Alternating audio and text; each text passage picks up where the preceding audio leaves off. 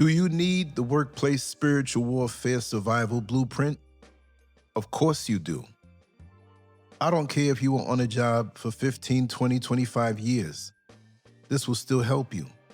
I took the time to identify all of the workplace characters and how they can be negative toward you and how to neutralize their presence and how to deal with these toxic jobs. You were hired to work. You weren't hired to become somebody's entertainment, emotional punching bag, private investigation project, romantic conquest, gossip material, or target for somebody else's insecurity. You signed the dotted line agreeing to perform a certain job for a certain amount of money. Yet millions of people quickly discover that employment can involve far more than completing assignments and collecting a paycheck. The workplace can become a complicated social environment filled with alliances, jealousy, competition, attraction, resentment, prejudice, insecurity, ambition, gossip, cliques, and hidden agendas. Suddenly, doing your actual job can become the easiest part of having a job. What makes workplace venom especially dangerous is that it rarely introduces itself honestly. Nobody walks toward the new employee during the first week and announces that they plan to study their personal life, collect information, compare lifestyles, monitor relationships with management, and eventually use private conversations against them. Workplace venom usually arrives smiling. It welcomes you into the building, shows you where everything is, asks where you're from, invites you to lunch, tells you which supervisor supposedly can't be trusted, and slowly creates enough comfort for you to begin talking. Wrong move.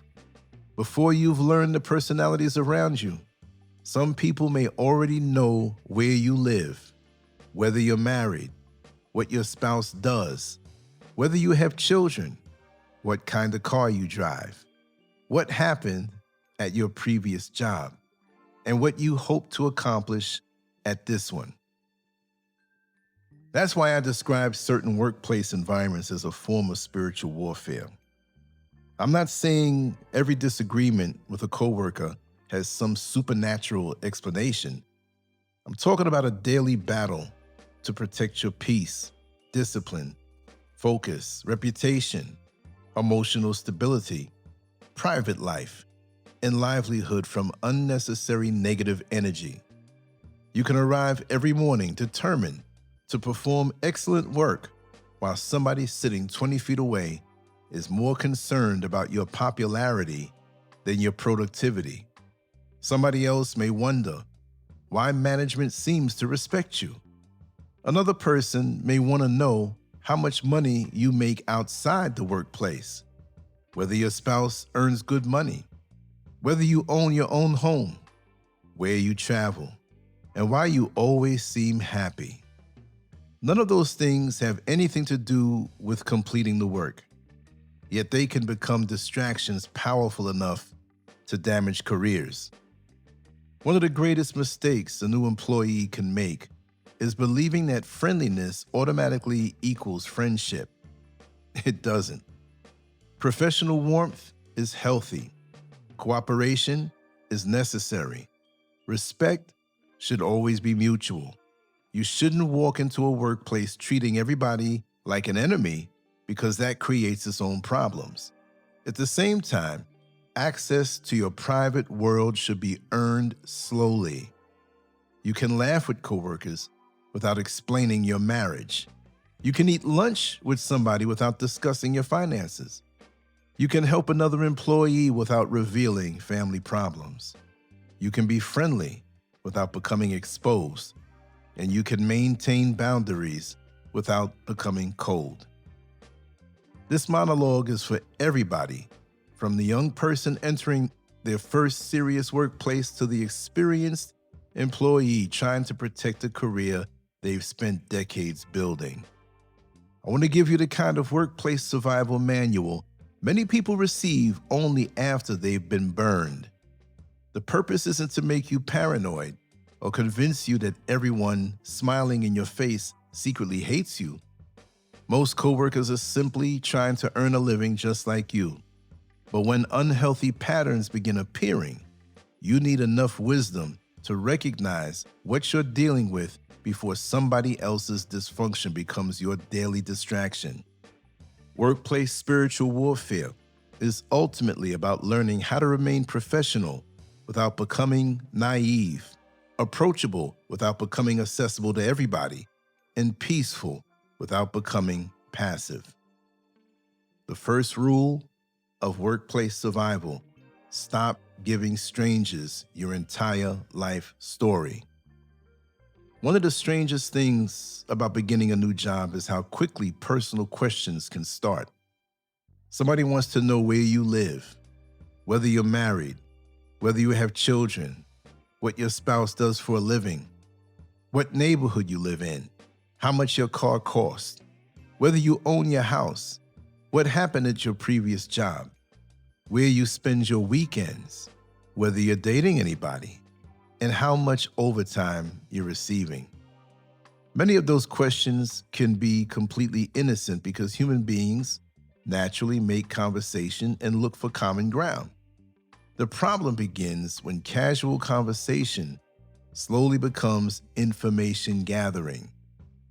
Information becomes social currency in certain workplaces because the more somebody knows about you, the more material they potentially have to discuss when you aren't around. That doesn't mean you should become suspicious every time somebody asks how your weekend went. Living in constant suspicion would eventually make you miserable. The wiser approach is selective openness. Give people enough of your personality to understand that you're approachable while maintaining enough privacy that your private life can't easily become workplace entertainment. There's a tremendous difference between secrecy and privacy. Secrecy suggests you're hiding something that shouldn't be known, while privacy simply means everything about your life isn't everybody's business. You don't owe coworkers a documentary about your existence simply because you share the same employer. Your paycheck doesn't purchase public access to your personal life. Understanding that principle from the beginning can prevent countless problems later. We're going to talk about a few of the characters on your job, and we're going to take a few breaks in the middle and explain certain things. But this is where it gets hot. So buckle your seatbelt and let me know if you're an experienced veteran on your job or on many jobs, if you can identify some of these characters. And we're going to number them so that you can have reference to them quickly later on. Character 1, the information miner. The information miner is one of the most difficult workplace characters to recognize because this person frequently appears to be among the friendliest people in the building. They want to know everything, but they rarely make their curiosity feel like an interrogation.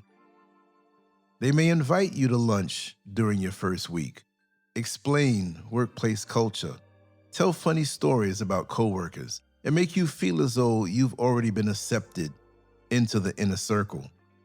They'll explain who supposedly hates whom, who almost got fired, whose marriage is falling apart, who has money problems, and which supervisor everybody secretly dislikes. It can feel like friendship when what you're actually witnessing may be information trafficking. Whenever somebody freely gives you everybody else's private information, you should quietly ask yourself what they'll eventually tell everybody else about you. That doesn't mean you confront them or accuse them of gossiping. You simply observe.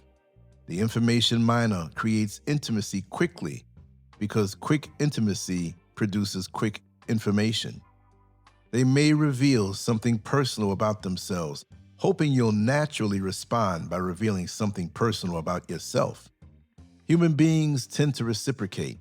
Somebody explains that their marriage has been difficult, and before you know it, you're describing problems inside your marriage.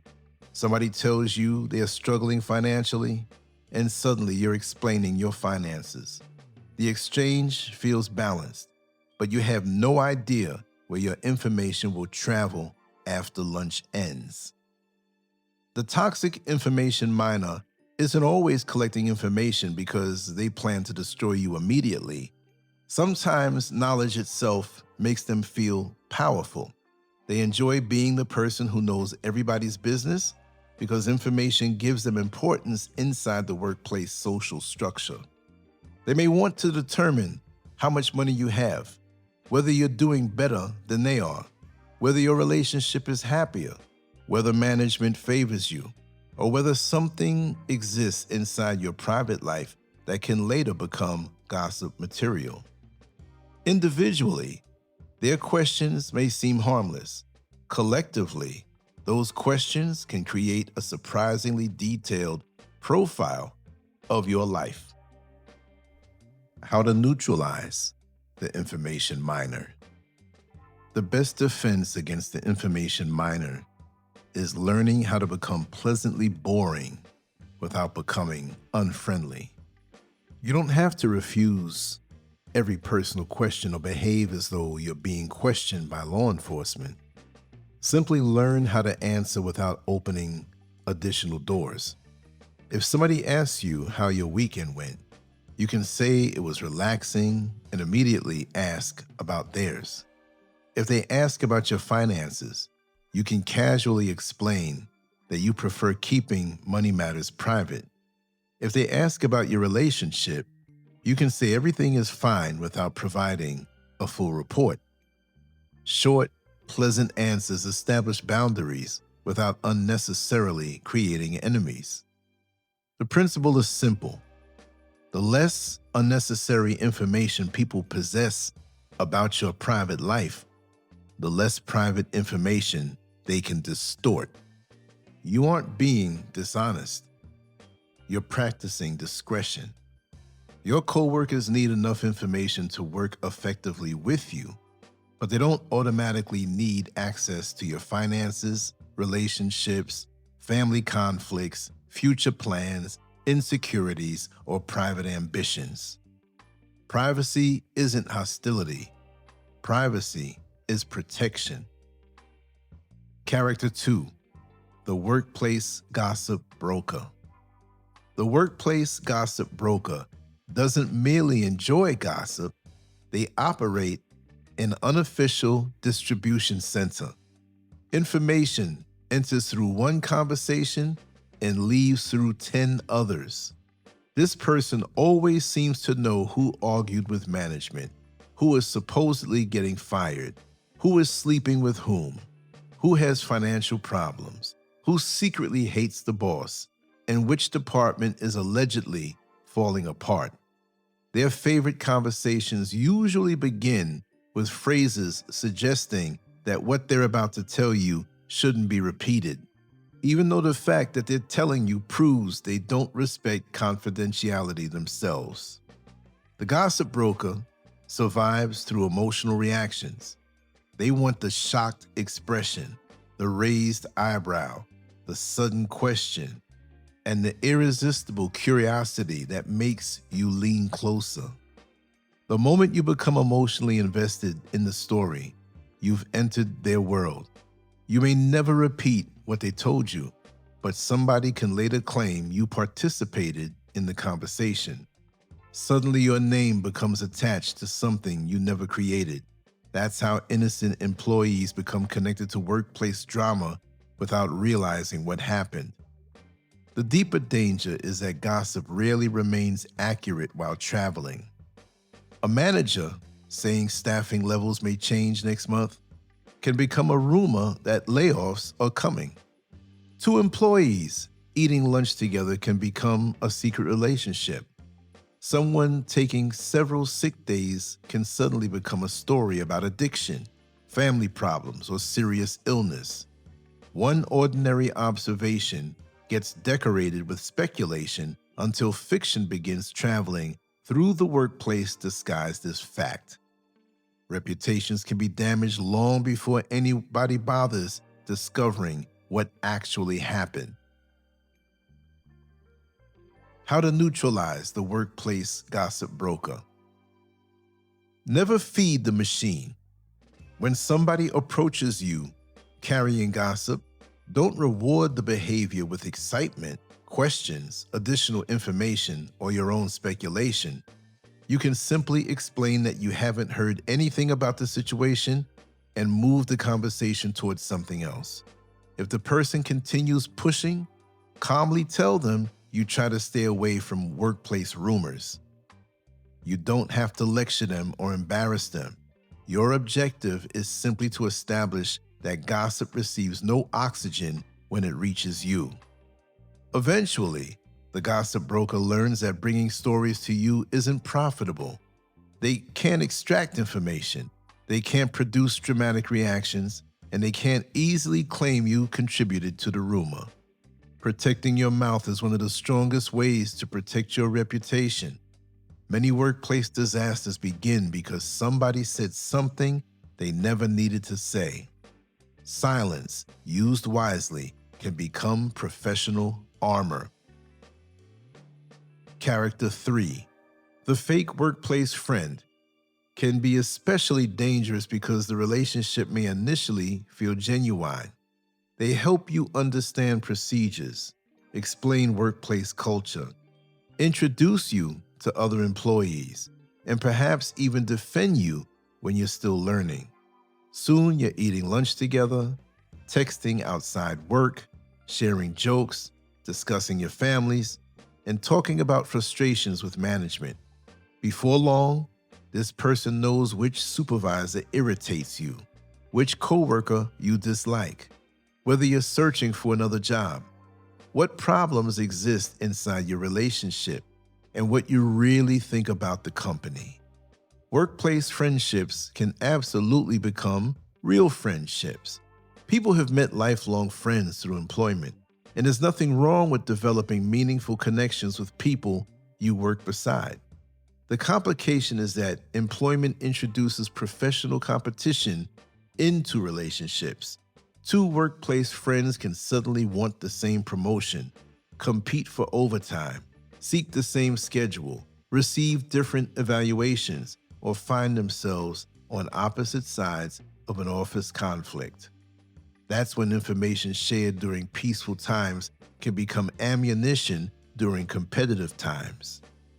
Imagine casually telling somebody over lunch that you're becoming tired of the company and might eventually look elsewhere. 6 months later, a major promotion becomes available, and management mysteriously hears that you're planning to leave. You may never discover where the information came from. That's why workplace friendship requires boundaries, even when the person appears sincere. Trust should grow through time, behavior, consistency, and evidence rather than simply through proximity.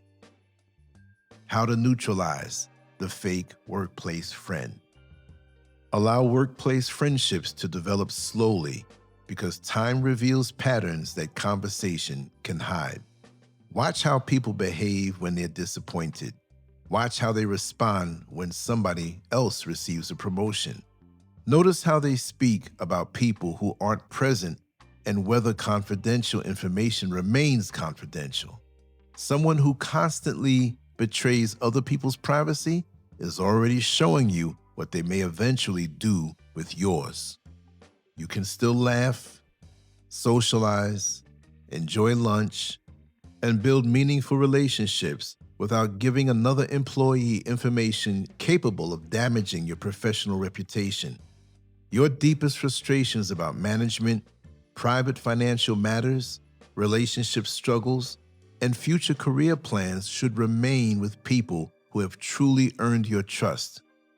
Sharing the same workplace 8 hours a day can create familiarity very quickly, but familiarity isn't automatic loyalty.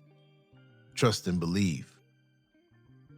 Character 4, the jealous performance watcher. Some coworkers aren't bothered by who you are personally as much as they're disturbed by what your performance reveals about them. You arrive on time, complete assignments, learn quickly, receive positive feedback, treat customers well, and maintain consistency. You aren't trying to compete with anybody, but excellence naturally creates comparison. Suddenly, somebody begins paying unusual attention to how much work you complete, how often management compliments you, and how quickly you're advancing. Then the comments begin.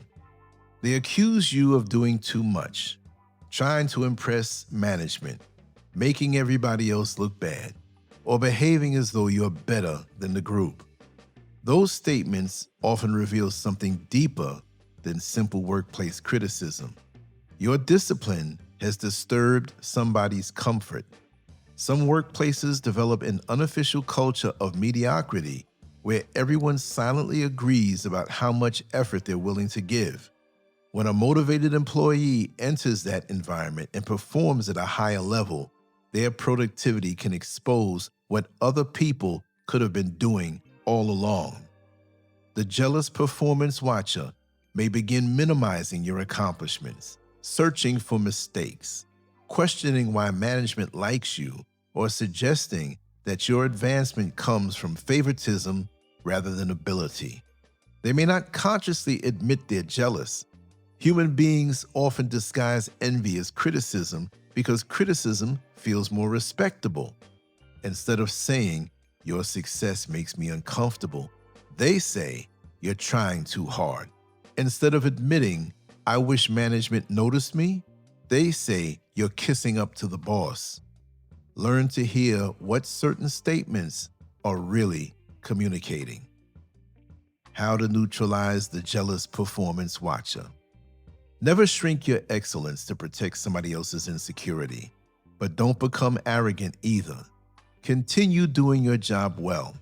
Remain respectful, avoid bragging, and allow your performance to speak for itself. Keep appropriate records of major assignments, deadlines, accomplishments, and positive feedback because documentation becomes increasingly important when jealousy begins turning into attempts to discredit your work. The performance watcher wants emotional distraction. If they can provoke you into arguments, complaints, retaliation, or unprofessional behavior, your reaction may eventually become more visible than their original behavior. Don't give them that victory.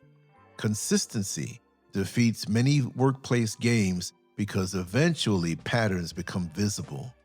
Keep producing, keep documenting, and keep your emotions under control. Character 5, the workplace saboteur. The workplace saboteur takes things to another level because this person doesn't merely dislike you or gossip about you, they interfere with your ability to succeed. Important information somehow doesn't reach you. Instructions mysteriously change. Deadlines aren't communicated. Documents disappear. You're told one thing while management is told something completely different. You begin noticing small situations that repeatedly place you in a bad position. Yet every individual incident comes with an explanation that sounds reasonable. That's what makes the intelligent saboteur dangerous. They operate through plausible deniability. They forget to forward the email. They assume someone else told you. They misunderstood what the supervisor said. They thought you already knew about the deadline. One explanation sounds perfectly believable. The problem appears when the same person repeatedly sits in the middle of situations that damage your performance. One incident may be an accident. Two incidents may be a coincidence. A consistent pattern deserves attention. The saboteur usually wants your failure without appearing responsible for producing it. They may feel threatened by your performance, experience, education, confidence, popularity, relationship with management, or potential for advancement. Their objective is often to make you appear unreliable while maintaining the appearance of innocence. If they can repeatedly create problems around your work while convincing management that you're responsible, they can damage your career without openly confronting you. How to neutralize the workplace saboteur. Documentation becomes your shield. Confirm important instructions in writing whenever appropriate. If a conversation establishes an important deadline or changes an assignment, send a short professional message confirming what you've discussed. Keep relevant emails, track deadlines, preserve permitted records of completed assignments, and maintain a professional timeline when serious problems develop. You aren't preparing for war every morning. You're simply creating accountability around your work. If a genuine pattern of interference develops, avoid approaching management with emotional accusations about everybody being against you. Bring facts, explain what occurred, when it occurred, what information was missing, and what steps you took to obtain it, and how the problem affected the assignment. Emotion can easily be dismissed as personality conflict. Documentation creates something much harder to ignore. Facts don't need to shout. Character 6. The romantic infiltrator. Workplace attraction is completely normal because human beings spend enormous amounts of time around coworkers. People meet partners at work. Relationships develop. Marriages sometimes begin there. And there's nothing automatically sinister about two employees becoming attracted to one another. The danger begins when romantic interest becomes another form of workplace currency and somebody uses their proximity to you to gain attention, status, information, or influence. A coworker may flirt privately while discussing you publicly. They may tell other employees about conversations you believed were personal, exaggerate the closeness between you, or create the impression that something romantic happened when very little actually occurred. Suddenly, people know things you never told them, or worse, people believe things that never happened. Workplace gossip can transform a few text messages or one lunch into an entire imaginary relationship. The situation can become even more complicated when attraction isn't mutual. Rejection can produce resentment in emotionally immature people. Someone who was initially friendly can suddenly become hostile. A secret admirer can become a rumor source. A flirtation can become a workplace weapon. Romantic situations become especially dangerous when power differences exist between supervisors and employees, or when company policies regulate workplace relationships. How to neutralize the romantic infiltrator. Slow everything down and never allow attraction, loneliness, or flattery to override judgment. Understand your employer's policies regarding workplace relationships and keep professional communication professional until you clearly understand the situation. If you aren't interested in somebody, communicate your boundary respectfully and clearly. Document what's happening and use the proper workplace channels when necessary. Most importantly, understanding that somebody being attracted to you doesn't automatically mean they deserve access to your private life. Attraction isn't trust. Chemistry isn't character. Flattery isn't loyalty. The workplace is already complicated enough without adding unnecessary emotional confusion to an environment where your livelihood is involved. The social club trap. Every workplace has two systems operating at the same time. There's the official system, consisting of job descriptions, supervisors, schedules, policies, deadlines, performance evaluations, procedures, and responsibilities. Then there's the unofficial social system consisting of who eats lunch together, who dislikes whom, who socializes with management, who dates who goes drinking together after work, who belongs to which clique, who gets invited to private gatherings, who gets excluded, and who seems to know everybody's business. The mistake is believing you must completely master the unofficial social system to survive the official one. The truth is, you don't. You need enough social awareness to understand your environment, but you don't need to become consumed by workplace popularity. Your job isn't high school, and you don't need to win a popularity contest. What you need are professional relationships built around respect, communication, cooperation, reliability, competence, and healthy boundaries. Chasing workplace popularity can actually make you vulnerable because you begin compromising your boundaries to remain accepted.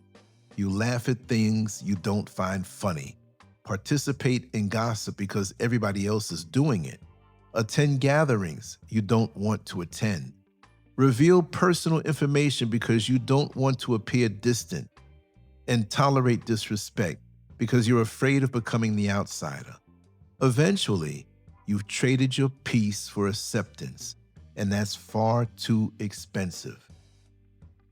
The outsider doesn't always lose.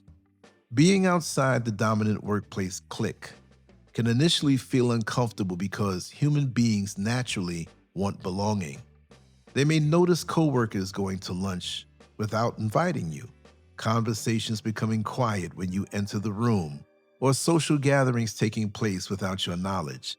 Don't automatically interpret exclusion as defeat. Sometimes distance becomes protection because the people closest to workplace drama are usually the people most exposed to its consequences. The people inside the clique may know more gossip, but they are also exposed to more gossip. They may receive more invitations, but they're also involved in more conflicts. They may know everybody's private business, but everybody knows theirs. Your objective shouldn't be isolation. Your objective should be independence. You can respect everyone, communicate effectively, participate appropriately, cooperate professionally, and still maintain a private identity outside your employer. You should be able to walk into the building, perform your responsibilities, communicate professionally, enjoy healthy conversations, and leave without needing 20 coworkers to validate your existence.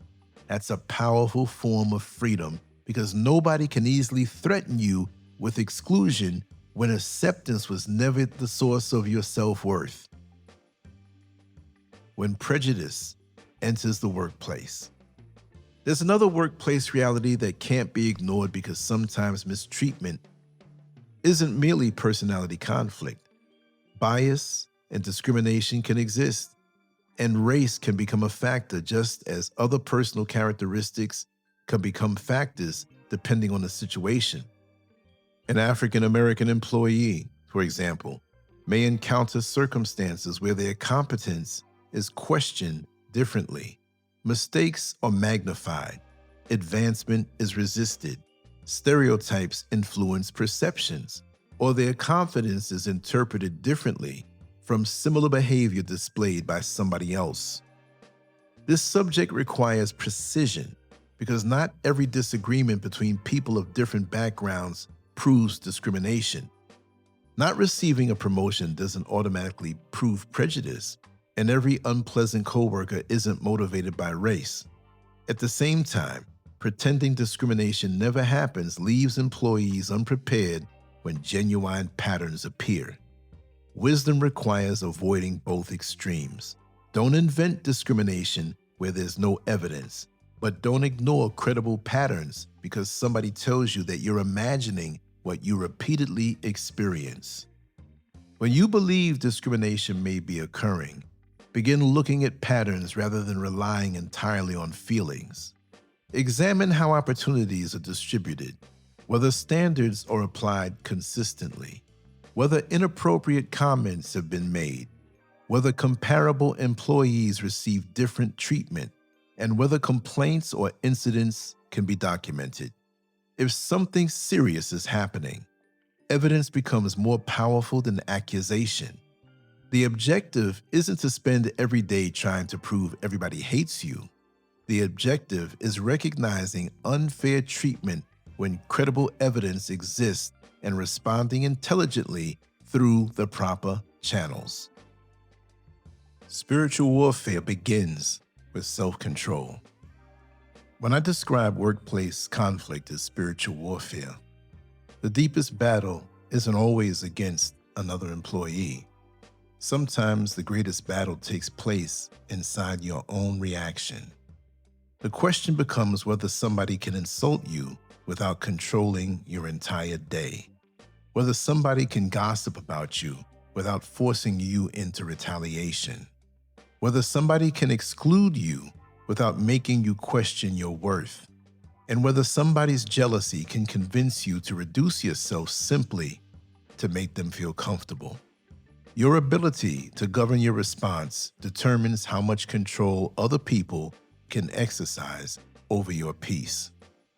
Some employees finish their shift at 5 o'clock, but mentally remain at work until midnight.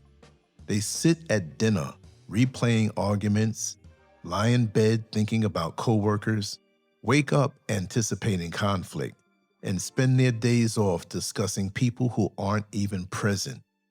Now, somebody who isn't standing anywhere near them has control over their thoughts, emotions, blood pressure, relationships, and peace inside their own home. That's too much power to surrender to another human being. Your paycheck should compensate you for your labor, not purchase ownership of your mind. Your employer deserves the professional effort you agreed to provide, but the workplace doesn't deserve unlimited access to your emotional life. Learning how to mentally clock out when you physically clock out is one of the greatest workplace survival skills anyone can develop. Problems that require action should be documented and addressed professionally, but unnecessary drama shouldn't be carried home like an unpaid second shift. That's the foundation of workplace spiritual warfare. Protect your reputation without becoming obsessed with what everybody thinks about you. Protect your privacy without becoming antisocial. Protect your career without becoming afraid. Protect your excellence without becoming arrogant. Protect your kindness without becoming naive. Most importantly, protect your peace without surrendering your ability to stand up for yourself when standing up becomes necessary. The workplace characters we've discussed so far are only the beginning. There are still people who steal credit, manipulate supervisors, control cliques, manufacture crisis, disguise competition as friendship, play the victim after creating conflict, study relationship with management, and quietly position themselves to benefit from your mistakes. Understanding those personalities isn't about learning how to hate people. It's about learning how to see behavior clearly enough that somebody else's dysfunction doesn't become the reason you abandon a career you worked hard to build. When the workplace becomes a political battlefield. Once you've been employed somewhere long enough, you begin to understand that every workplace has an official structure and an unofficial power structure. The official structure appears on the organizational chart. There are supervisors, managers, department heads, executives, owners, and employees with clearly defined responsibilities. Now, the unofficial structure is much harder to see because it consists of relationships, influence, friendships, proximities, loyalties, grudges, alliances, personal history, and information. Someone with an ordinary job title may possess extraordinary influence because they've worked there for 20 years, know everybody, socialize with management, or understand exactly whose ear to whisper into when they want something accomplished. That unofficial structure is where workplace spiritual warfare can become especially intense. You may believe your performance alone determines how you're viewed, while somebody else understands that perception can sometimes become almost as important as performance. You're concentrating on doing your job, while another employee is concentrating on controlling the story about how you do your job. You're thinking about deadlines while they're thinking about alliances. You're thinking about productivity while they're thinking about positioning. You're trying to earn your paycheck while they're treating the workplace like a political campaign. This doesn't mean you should become political yourself. In fact, becoming obsessed with workplace politics can destroy the very peace we're trying to protect. The goal is awareness without participation. You need to understand the game without allowing the game to become your identity. You need to recognize when somebody is attempting to manipulate your reputation without spending every waking hour trying to manipulate theirs.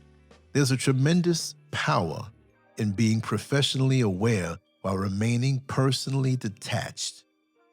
Some workplace characters become particularly dangerous because they rarely attack directly.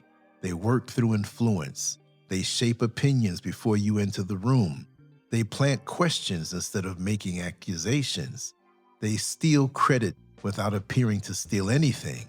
They create chaos and then position themselves as the solution. They smile while competing with you and congratulate you while privately resenting your success. If you only look for obvious enemies, these personalities can operate around you for years without being recognized. That's why workplace survival requires emotional intelligence alongside professional competence. You need to know when to speak, when to remain silent, when to document, when to confront professionally, when to involve management, and when to simply let somebody expose themselves through repeated behavior. Not every battle deserves your energy. Some people defeat themselves when you refuse to participate in their confusion. Character 7, the Boss Whisperer.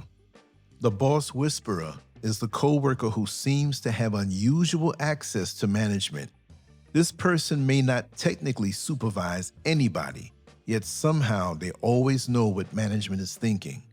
They know who the boss likes, who the boss doesn't trust, which employees are being discussed, what changes might be coming, and who appears positioned for advancement.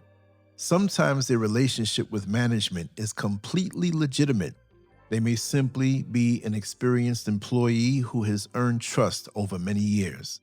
The dangerous version, however, uses that access to influence how other employees are perceived. The Boss Whisperer rarely approaches management with an obvious statement such as, "I want you to dislike this employee." Their methods can be much more subtle.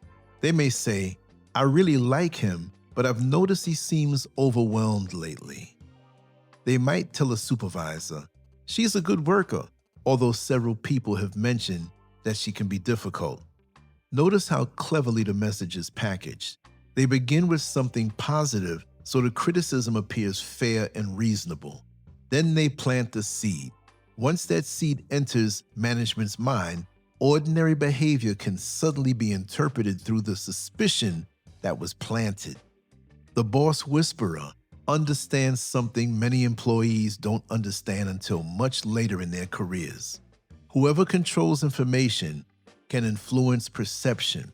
If management spends limited time observing your daily work, they may depend on other people for information about what happens when they aren't around. That creates an opportunity for manipulation. The Boss Whisperer may exaggerate minor mistakes, minimize your successes, present assumptions as facts, or repeatedly mention small concerns until management begins viewing you through a distorted lens.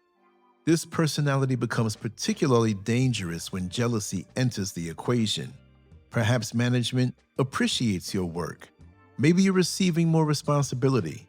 Maybe somebody higher in the organization has taken an interest in developing your skills. The boss whisperer may feel their position as the trusted insider is being threatened. They may begin wondering whether your relationship with management will eventually become stronger than theirs. Now your success isn't simply professional progress. In their mind, it's an invasion of territory. How to neutralize the boss whisperer. The worst thing you can do is begin competing for the boss's attention. You turn yourself into another workplace politician trying to whisper louder than the original whisperer. Instead, build a professional relationship with management through consistency, communication, reliability, and documented performance. When your supervisors regularly receive accurate information directly from you about your responsibilities, it becomes harder for another employee to completely control the narrative surrounding your work. You also want to avoid giving the boss whisperer emotional material that can be carried upstairs. Don't complain recklessly around them. Don't insult management. Don't speculate about promotions. Don't reveal that you're angry about decisions unless you're prepared to discuss those concerns professionally with the appropriate person.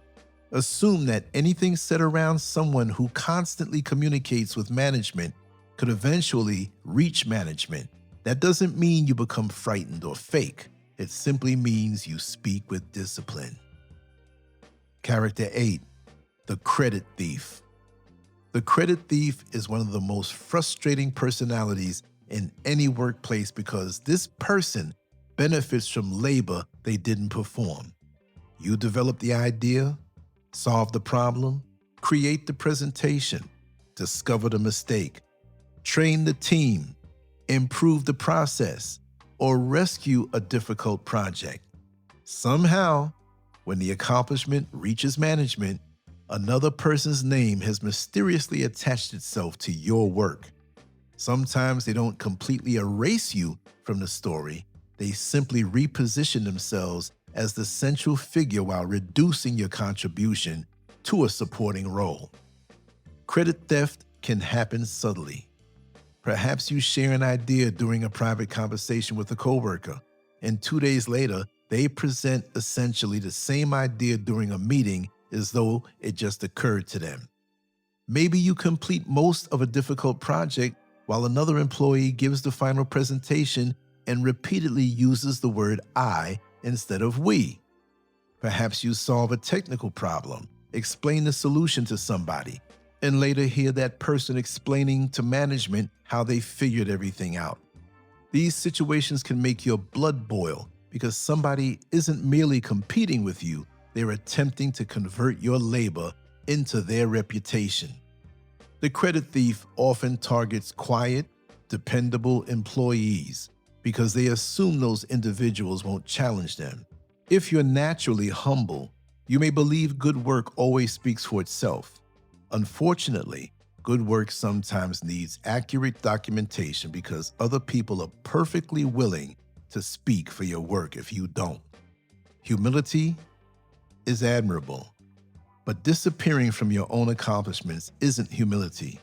There's nothing arrogant about making sure the correct people understand what you've contributed. The deeper psychological issue behind the credit thief is often insecurity. People who consistently produce their own value usually don't need to steal somebody else's. The credit thief may fear they don't possess enough original ideas, talent, discipline, or productivity to receive recognition independently. Instead of improving themselves, they attach themselves to productive people and extract value from them. How to neutralize the credit thief.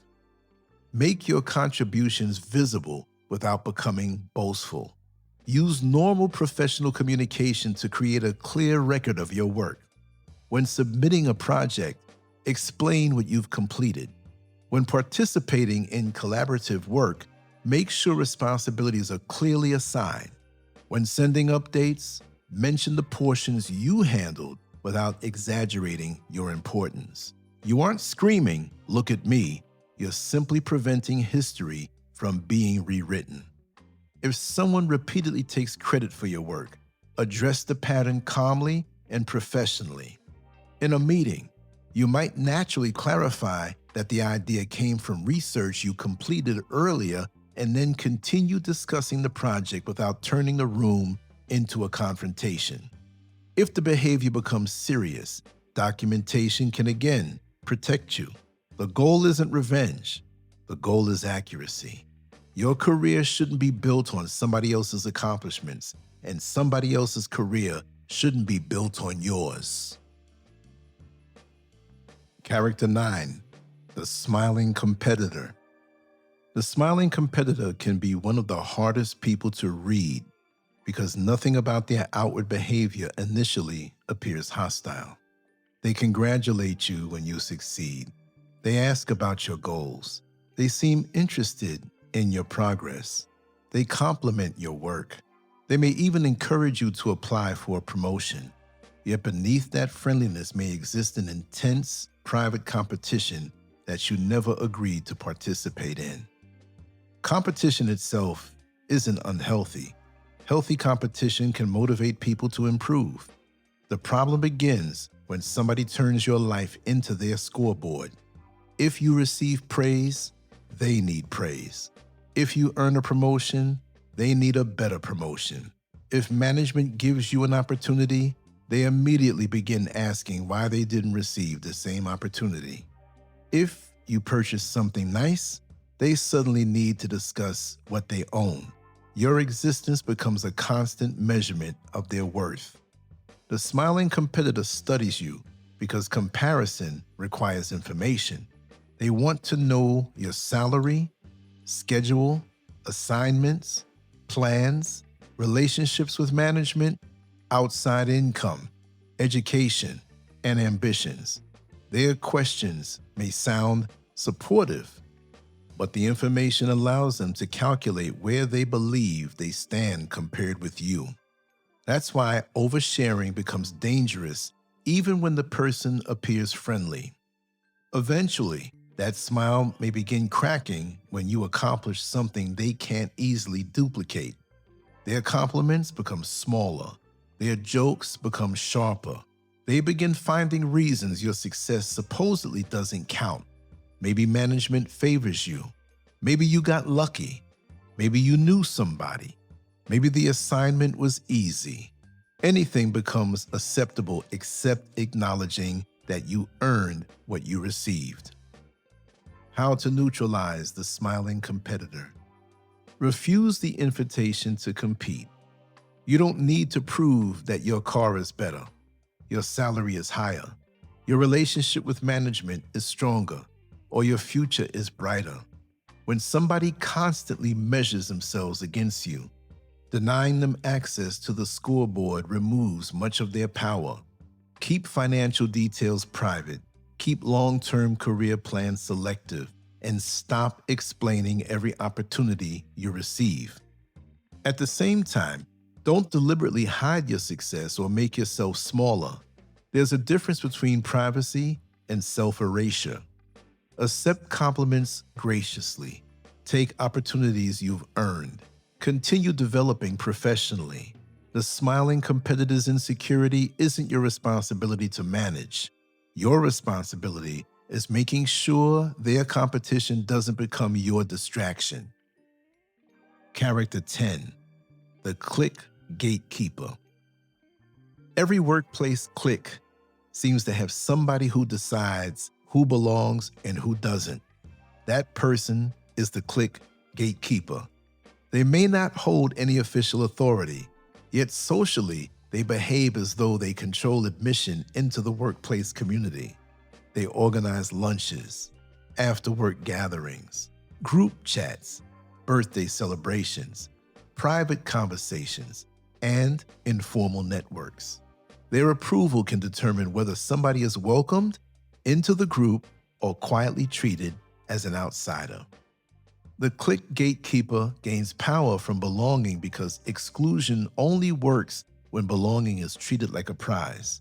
They may test new employees by observing whether they laugh at certain jokes, participate in gossip, criticize the same people, or show loyalty to the group. Acceptance can come with an invisible price. You may be expected to dislike whoever the clique dislikes, defend whoever the clique protects, and remain silent when group members behave badly. This becomes dangerous because workplace cliques can create parallel systems of loyalty that compete with professional responsibility. An employee may cover another person's mistakes because they're friends. Someone may withhold information from an outsider. Promotions may become social controversies. Employees can be pressured to choose sides in conflicts that have nothing to do with them. The workplace begins feeling less like employment and more like a cafeteria where everybody is trying to determine which table they're allowed to sit at. The clique gatekeeper may become particularly irritated by independent employees because independence weakens their power.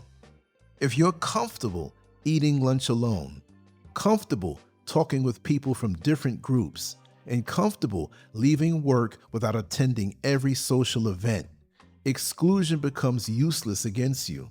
They can't threaten you with something you don't desperately need. How to neutralize the clique gatekeeper. Be socially pleasant, but professionally independent.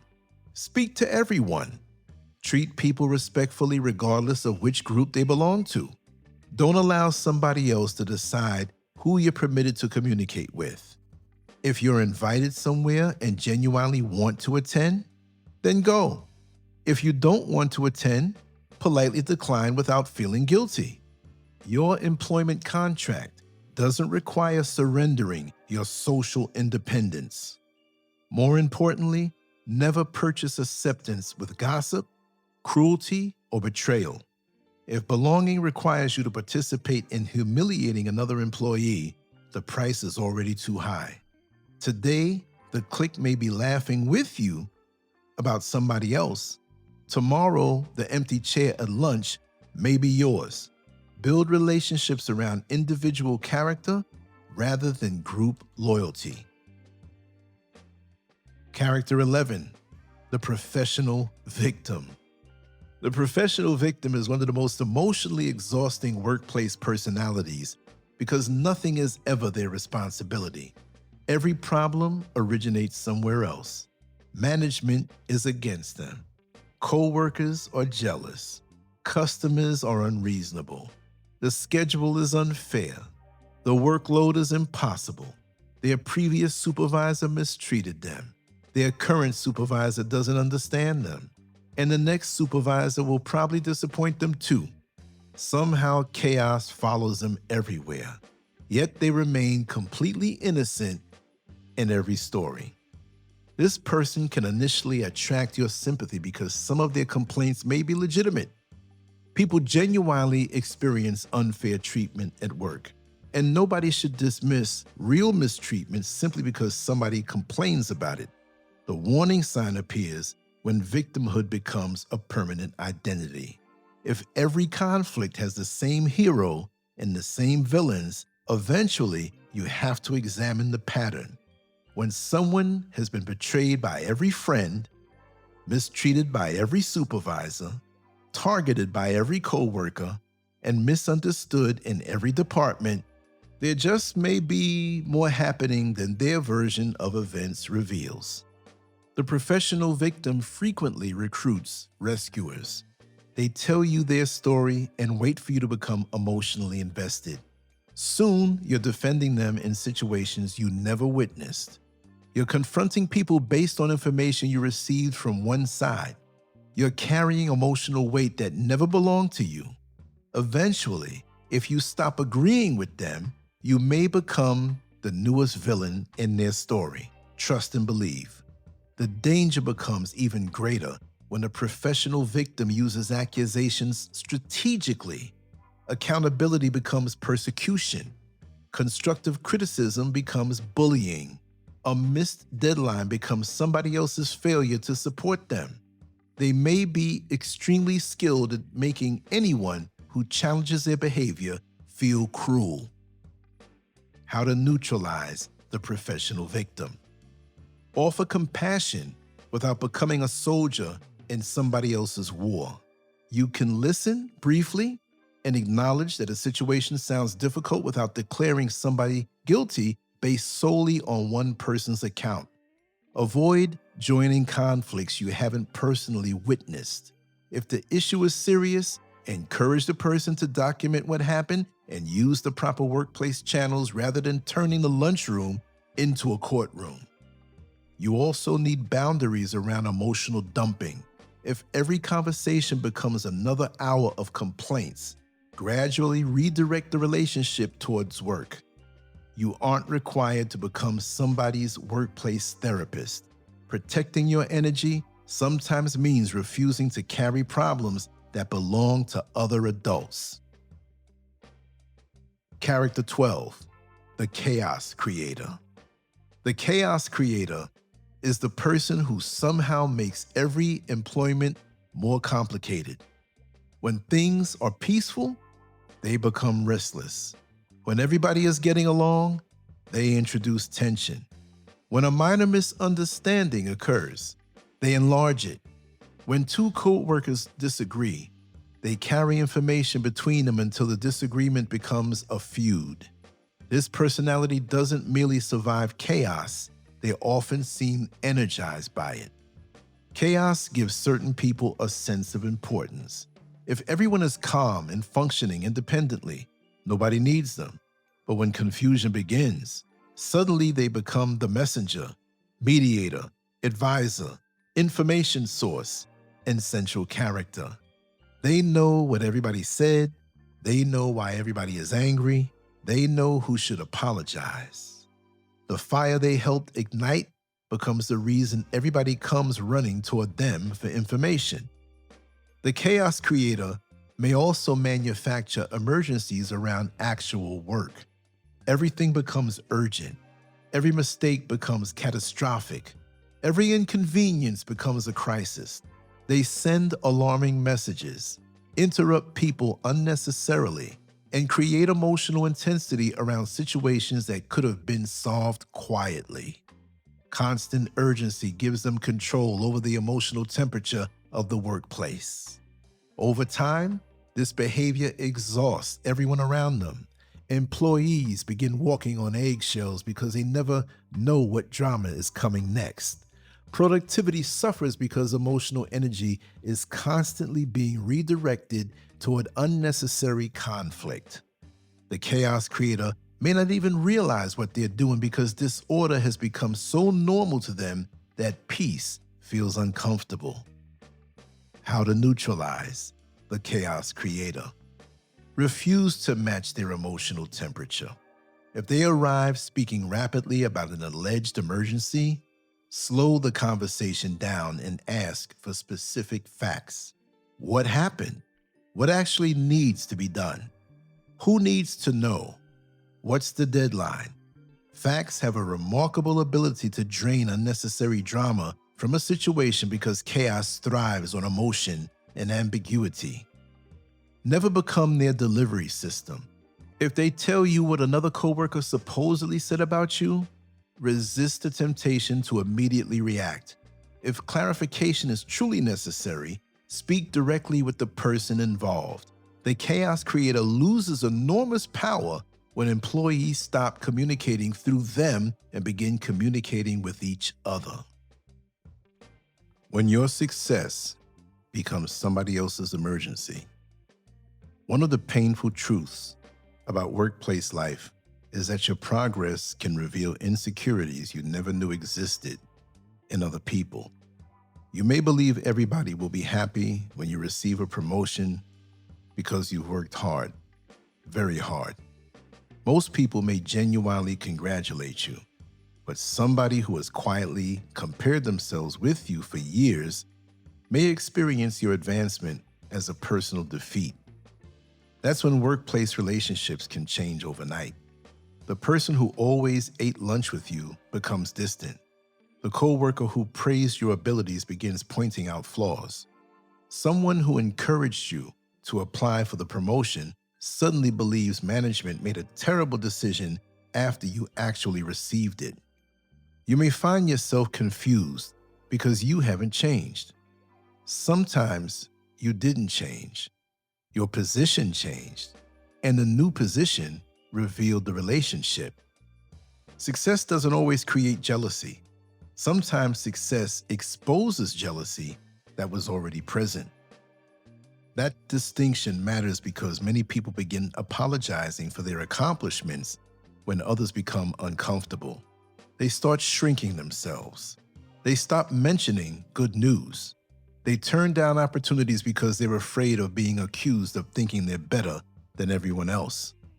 They unconsciously sabotage themselves to preserve relationships that were only comfortable when everyone appeared equal. Don't do that. You don't have to become arrogant when you advance, but you also don't have to apologize for growth. Continue treating people respectfully. Continue being humble. Continue remembering where you came from, but never confuse humility with self-sabotage. When management likes you and your coworkers don't. Few situations create workplace tension faster than being respected by management while remaining unpopular with a particular group of coworkers. Suddenly, every conversation you have with the boss becomes suspicious. If you receive a desirable assignment, favoritism is blamed. If management compliments you, people claim you're kissing up. If you advance, somebody insists relationships rather than performance explain your success. This can create enormous pressure because you may begin trying to prove to coworkers that you aren't management's favorite. Some employees actually reduce communication with supervisors or deliberately lower their performance because they're afraid of social rejection. Think about how backwards that is. You're damaging the professional relationship responsible for your livelihood to satisfy people who don't sign your paycheck. The answer isn't becoming management's pet either. Don't become arrogant because you have access to leadership. Don't carry gossip upward. Don't behave like an unofficial supervisor. Don't use your relationship with management to intimidate coworkers. Maintain professionalism in both directions. If management respects you because you're reliable, let reliability remain the reason. Stop explaining yourself to people committed to misunderstanding you. Workplace haters can trap you inside an exhausting cycle of explanation. Somebody claims you're arrogant, so you spend weeks proving you're humble. Somebody says you're antisocial, so you force yourself into gatherings you don't enjoy.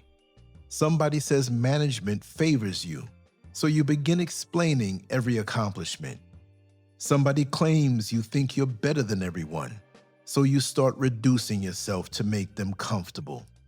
Eventually, you aren't living according to your values anymore.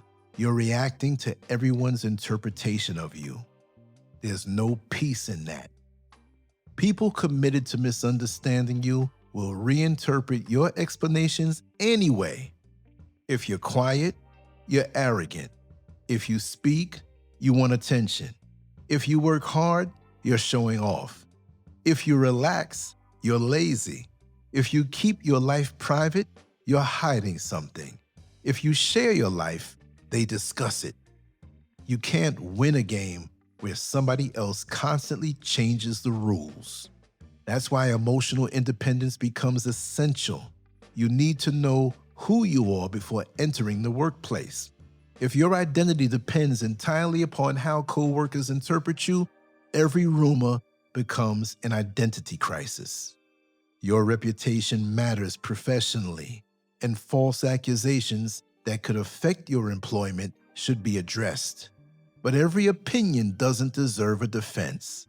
Sometimes The strongest response is continuing to live consistently until the truth becomes obvious. Documentation isn't paranoia when there's a pattern. I keep returning to documentation because memory becomes unreliable when workplace conflict intensifies. People remember conversations differently. Dates become confused. Instructions become disputed. Somebody says they never told you something. Another person claims they warned you weeks ago. Written records reduce confusion. That doesn't mean secretly creating a massive file on every coworker who annoys you. That would consume your life and increase paranoia. Documentation should be proportional to the seriousness of the situation. Important instructions, performance discussions, schedule changes, disciplinary conversations, serious conflicts, harassment concerns, discriminatory incidents, major project responsibilities, and repeated interference with your work may deserve records. The key is professionalism. Write facts rather than emotional descriptions. Record what happened rather than what you assume somebody was thinking. Instead of writing that a coworker deliberately tried to destroy your career because they hate you, document that on a particular date, required information wasn't provided despite 2 requests and that the missing information affected the deadline. Facts remain powerful even after emotions cool down. Your private life isn't a workplace democracy. One of the strongest boundaries you can establish is accepting that coworkers don't get a vote in how you live outside the workplace. Your marriage isn't their committee meeting. Your bank account isn't their financial report. Your home isn't their property inspection. Your relationship isn't their entertainment. Your weekend isn't their reality show. You can share what you genuinely want to share, but you should never feel pressured into disclosure simply because everybody else discusses their private lives openly. Some employees reveal everything. They discuss arguments with spouses, debt, sexual relationships, medical problems, family conflicts, legal issues, salaries, investments, and plans to leave the company. Then they become shocked when those details travel. Once information leaves your mouth, you lose control over where it goes. That doesn't mean you become robotic. Human connection matters. Healthy workplace relationships can make employment enjoyable. The lesson is simply to understand the difference between connection and exposure. People can know you without knowing everything about you. Spiritual warfare requires discernment, not paranoia. There's an important warning I want to make before we go deeper into this workplace survival manual. Don't turn awareness into suspicion of everybody around you. If you begin believing every smile is fake, every question is an investigation, every coworker is jealous, and every mistake is sabotage, you'll create the very stress you're trying to escape. Discernment looks at patterns. Paranoia creates conclusions before evidence exists. Discernment observes quietly. Paranoia reacts immediately. Discernment protects boundaries. Paranoia builds walls around everything. Discernment allows people to earn trust. Paranoia assumes nobody deserves trust. There are good people in workplaces. There are coworkers who will genuinely help you, supervisors who will mentor you, employees who will celebrate your success, and friendships that can last long after everyone leaves the company. The purpose of workplace spiritual warfare isn't teaching you to fear human beings. It's teaching you to stop handing strangers weapons they never needed to possess. Your information is valuable. Your reputation is valuable. Your emotional energy is valuable. Your professional future is valuable. But your peace is equally valuable. Treat them accordingly, because the workplace becomes far easier to navigate When you understand that you don't have to defeat every difficult personality you encounter. Sometimes neutralizing them simply means refusing to give them access to the parts of you they came looking for. When the attack becomes quiet, personal, and psychological. There comes a point in workplace life when you realize the most dangerous conflict isn't always loud. Sometimes nobody raises their voice. Nobody openly threatens you. Nobody walks across the room and declares themselves your enemy. Everything appears professional on the surface while something completely different operates underneath. That's when workplace spiritual warfare becomes harder to recognize because you aren't dealing with obvious aggression anymore.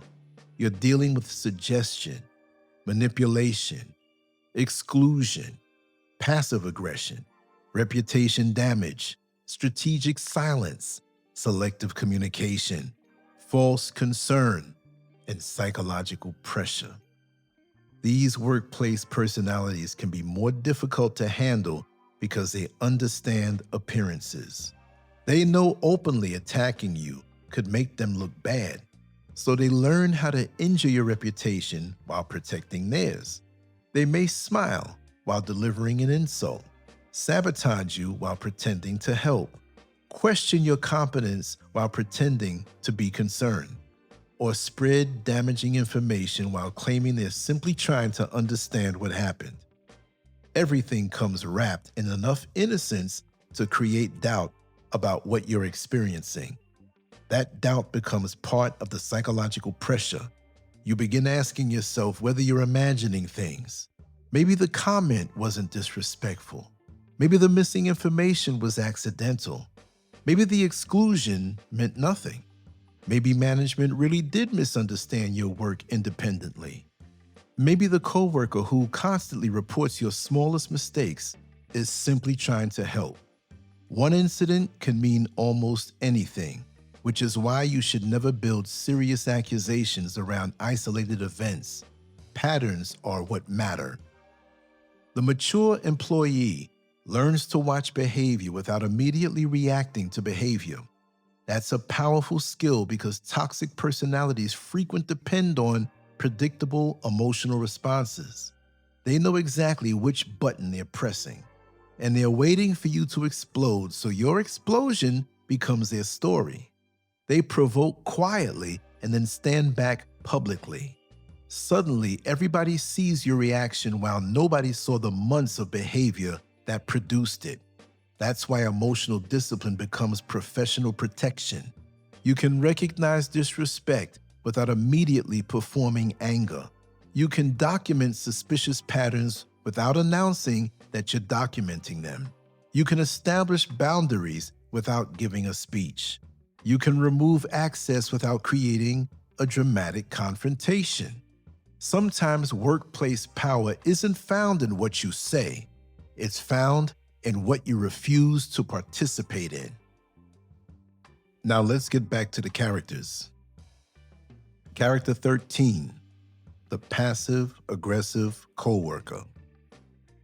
The passive-aggressive coworker rarely tells you directly what they're feeling because direct communication would require honesty and accountability.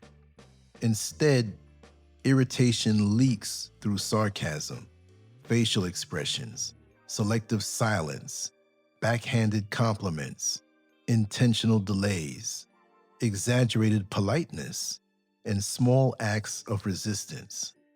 This may insist that everything is fine while behaving in ways clearly designed to communicate that everything isn't fine. This is the coworker who tells you, "Wow, management really seems to love everything you do," with a smile that doesn't feel like a compliment. They say, "Must be nice to get that schedule," instead of admitting they're disappointed with their own. They might congratulate you on a promotion and immediately explain why they would never want that position anyway. Their words technically remain acceptable, while the message underneath carries resentment. Passive aggression can also enter actual work. A coworker agrees to help, but moves painfully slowly. They receive your message, but somehow don't respond until the delay creates difficulty. They follow instructions so literally that cooperation becomes impossible. When confronted, they retreat behind technical innocence. They never refused to help. They never insulted you. They never said they were angry. Everything remains just ambiguous enough for them to deny intent. The ambiguity is the weapon. The passive-aggressive coworker wants you to feel the hostility while denying you a clean confrontation with it. If you accuse them too aggressively, they can act shocked and tell everybody you're overly sensitive. Now the original behavior disappears and your reaction becomes the new issue. How to neutralize the passive-aggressive coworker. Respond to the behavior rather than trying to diagnose the hidden emotion. If somebody repeatedly delays necessary information, address the delay. If communication becomes unclear, request clarification. If they make a sarcastic statement, you don't need to debate whether they secretly hate you. Bring everything back to professional facts. The less time you spend interpreting their emotional theater, the less control it has over you. Direct questions can also remove the hiding place passive aggression requires. If someone says something loaded, calmly ask what they mean. Don't ask aggressively, ask sincerely. Passive aggression survives through implication, and asking somebody to explain the implication often forces them either to communicate honestly or retreat. Either result is better than spending your evening analyzing their facial expression. Character 14, the secret envy watcher. The secret envy watcher may never criticize you openly. In fact, they may compliment you more than most people. What makes them different is the unusual level of attention they pay to your life. They notice your clothes, your car, your schedule, your conversations with management, your vacations, your overtime, your relationships, your purchases, your appearance, your confidence, and changes in your mood. They seem to maintain a mental file on you. At first, this attention can feel flattering. Somebody appears interested in your life, but over time, you notice their questions frequently revolve around comparison. How much did that cost? Where did you get it? How did you qualify for that? Why did management choose you? How much overtime are you getting? Where are you traveling? How long are you staying? What does your spouse do? How much did your house cost? The conversation repeatedly circles back to measuring your circumstances. Envy becomes dangerous when somebody begins believing your blessings somehow subtract from theirs. Your promotion becomes evidence that they're being ignored. Your happy relationship reminds them of their unhappy relationship. Your financial discipline reminds them of their debt. Your confidence exposes their insecurity. You haven't done anything to them, yet your existence becomes uncomfortable because you represent something they desire. The secret envy watcher may eventually begin searching for evidence that your life isn't as good as it appears. That's when curiosity becomes invasive. They become unusually interested when you're having a bad day. They want details when your relationship experiences difficulty. They seem energized when management criticizes you. The same person who looked uncomfortable during your success suddenly becomes extremely attentive during your struggle. How to neutralize the secret envy watcher. Reduce the amount of personal information available for comparison. You don't have to hide your life, but you don't need to provide financial reports to coworkers either. If somebody repeatedly asks how much things cost, what you earn, or how you afford your lifestyle, learn to smile and keep the answer general. You don't owe anybody numbers. Most importantly, stop using workplace attention as validation. Sometimes people overshare because they enjoy being admired. Admiration can quickly become comparison, and comparison can become resentment. Enjoy your life without turning it into a workplace presentation. Some blessings grow better away from unnecessary eyes. Character 15. The false accuser. The false accuser is one of the most serious workplace characters because this person understands that an accusation can create damage even before anything is proven. They may claim you failed to complete work, spoke disrespectfully, violated a procedure, mistreated a customer, behaved aggressively, or created a problem that actually originated somewhere else. The accusation may contain a small piece of truth surrounded by exaggeration, or it may be completely fabricated. False accusations become especially powerful when they align with assumptions people already had. If management has been told repeatedly that you're difficult, one disagreement can suddenly appear to confirm the narrative. If somebody has quietly suggested that you're unreliable, one delayed assignment can become proof. That's why reputation warfare often happens gradually. The person attacking you doesn't necessarily need management to believe one enormous lie. They may only need to plant enough small doubts that future events are interpreted against you. The false accuser may also attempt to provoke you before reporting you. They irritate you privately, disrespect you quietly, or repeatedly interfere with your work until you finally react. Then, they report the reaction without describing what happened before it. Management hears that you raised your voice, but doesn't hear about the weeks of provocation. They see the explosion without seeing who repeatedly lit the fuse. This is why self-control becomes more than emotional maturity. It becomes career protection. The person provoking you may understand exactly what they're doing. If you give them the reaction they need, you may help create evidence for the story they've already been telling. How to neutralize the false accuser. Take serious accusations seriously without becoming hysterical. Ask exactly what is being alleged. Request specific dates, incidents, statements, policies, or assignments whenever appropriate. Respond with facts and documentation rather than emotional counterattacks.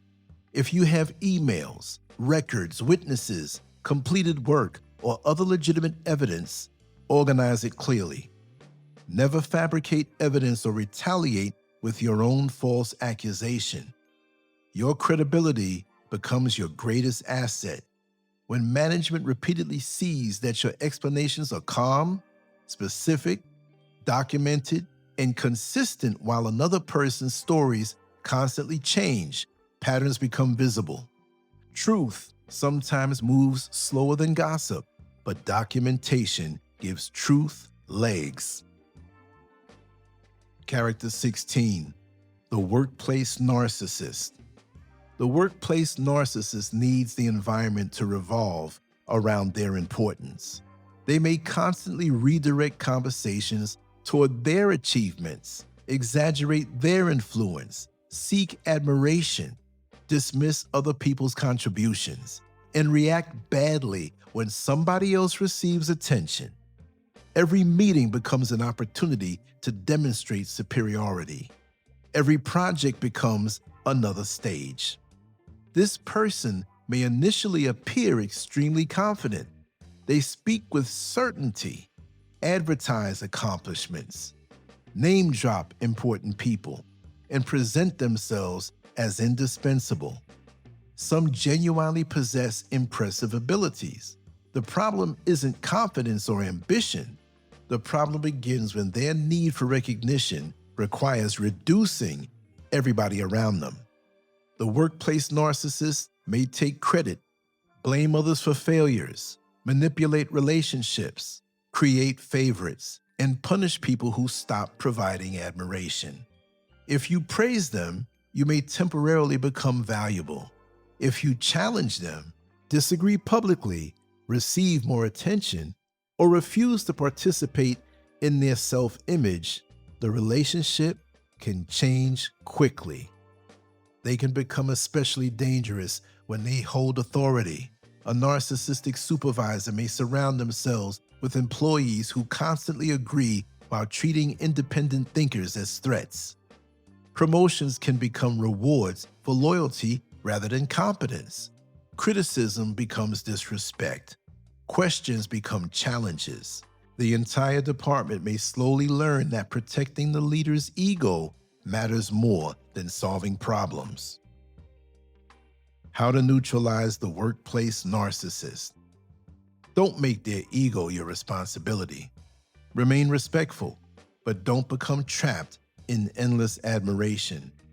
Keep communication focused on responsibilities, deadlines, expectations, and measurable outcomes. If they attempt to turn every disagreement into a personal battle, return the conversation to the work. When dealing with a narcissistic person who holds power over you, documentation and professional restraint become especially important. Avoid unnecessary public humiliation or ego battles because those confrontations may create retaliation without accomplishing anything. If serious misconduct occurs, use appropriate organizational channels to preserve legitimate records. Your objective is preventing their personality from controlling your career. Character 17, the two-faced messenger. The two-faced messenger specializes in carrying different versions of themselves into different rooms. With you, they criticize management. With management, they criticize you. With one clique, they attack another clique. Then, they walk into the other group and reverse the story. Their loyalty belongs primarily to whichever audience is standing in front of them. This person creates artificial intimacy by appearing to agree with everybody. If you complain about something, they immediately understand. If the person you complained about speaks to them later, they understand that person too. They aren't necessarily seeking peace between the two sides. They're collecting access to both. The two-faced messenger becomes dangerous because they frequently carry emotional information about people while modifying it along the way. You say you were disappointed with how a meeting went. By the time the message reaches somebody else, you supposedly said the supervisor was incompetent. A mild frustration becomes an insult because stronger stories generate stronger reactions. They may then return to you carrying the reaction they helped create. Now they tell you the supervisor is angry. You become angry that your words were distorted. The conflict grows while the messenger remains positioned in the middle, appearing helpful to everyone. How to neutralize the two-faced messenger. Stop communicating through intermediaries. If you have a problem with somebody that genuinely requires discussion, speak with that person directly when appropriate. Don't use the two-faced messenger as your ambassador. Every additional person between you and the original conversation increases the opportunity for distortion. You should also notice how somebody speaks about others when they aren't present. A person who betrays everybody else's confidence is providing a free demonstration of what they'll eventually do with yours. Believe the demonstration. Character 18, the promotion blocker. The promotion blocker becomes uncomfortable when your professional growth threatens the existing workplace hierarchy. This person may be a coworker competing for the same opportunities, an insecure supervisor afraid of losing a strong employee, or someone who simply doesn't believe you should advance beyond the position where they first met you. Sometimes your greatest obstacle to promotion isn't poor performance. Ironically, it can be excellent performance in your current role. A supervisor may depend on you so heavily that losing you would create problems for them. Instead of developing a replacement and supporting your advancement, they quietly keep you where you are because your competence makes their life easier. The promotion blocker may suddenly become highly critical when advancement opportunities appear. Mistakes that were previously considered minor become major concerns. Skills nobody questioned suddenly need improvement. You're told you aren't quite ready, but nobody can clearly explain what readiness requires. The finish line keeps moving every time you approach it. A coworker version may operate differently. They begin lobbying against you socially, reminding people of old mistakes, questioning your experience, or suggesting that you lack leadership qualities. They may pretend they're simply offering an objective opinion while privately hoping the opportunity disappears before you receive it. How to neutralize the promotion blocker. Make career development specific. Ask what qualifications are required for advancement, what measurable improvements are needed, and what timeline makes sense. Whenever possible, create clear professional goals rather than depending entirely upon vague promises that someday your hard work will be noticed. Develop your skills beyond the approval of one person. Learn, train, build experience, maintain professional relationships, and understand the opportunities available both inside and outside your current employer. Nobody should possess absolute control over your professional future. Sometimes, the strongest way to neutralize a promotion blocker is becoming qualified enough that another door opens when they refuse to unlock theirs. Character 19, the coworker who follows you home psychologically. This character doesn't physically follow you home. They follow you through your thoughts. They become the person whose voice you hear after work, whose insult you replay while eating dinner, whose facial expression you analyze while trying to sleep, and whose behavior becomes the first thing you think about when you wake up. The frightening part is that they may have no idea how much space they occupy inside your mind.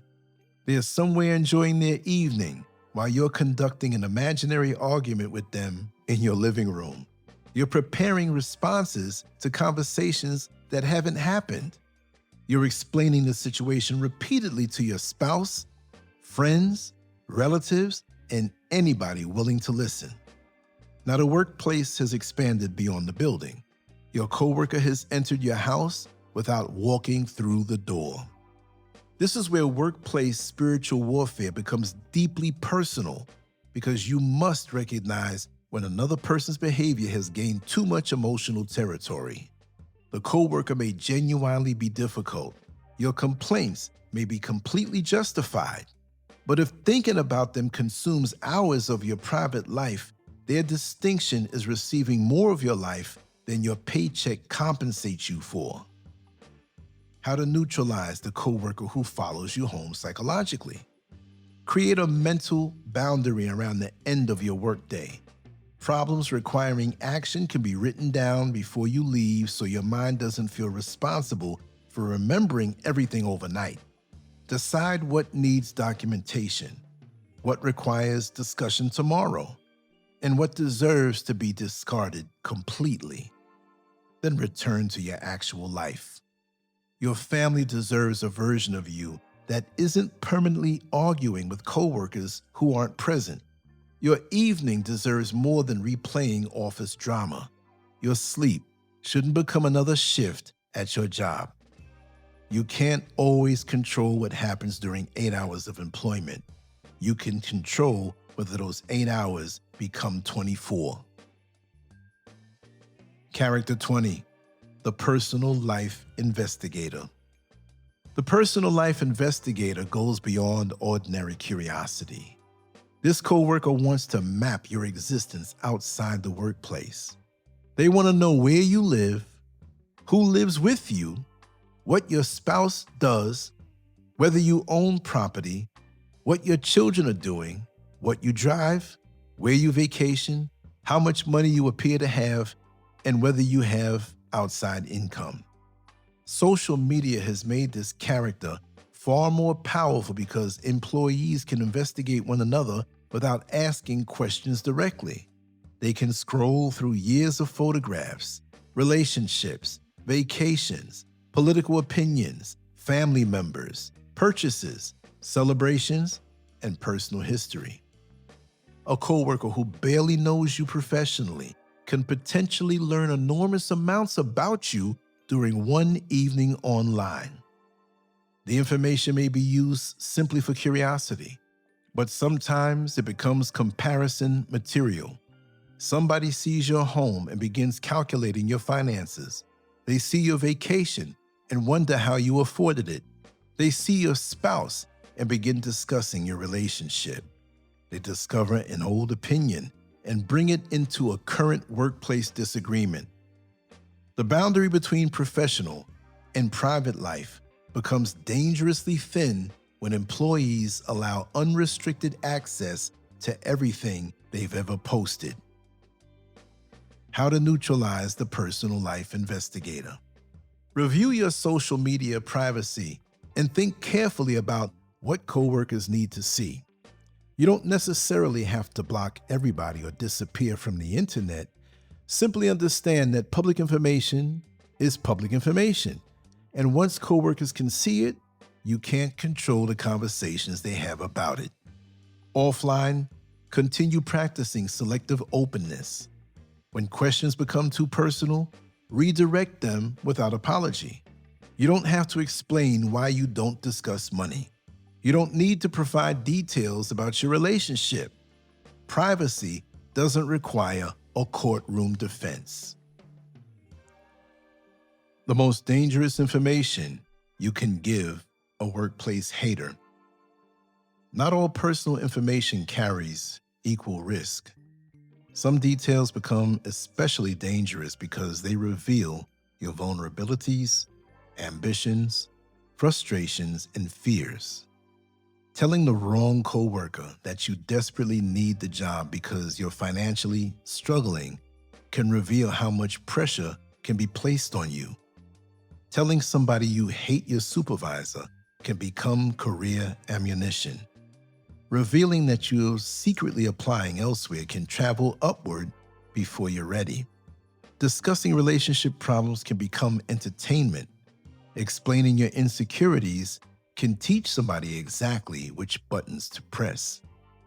This doesn't mean vulnerability is weakness. Vulnerability with trustworthy people can create deep human relationships. The issue is location and trust. A workplace filled with professional competition isn't automatically the safest environment for unrestricted vulnerability.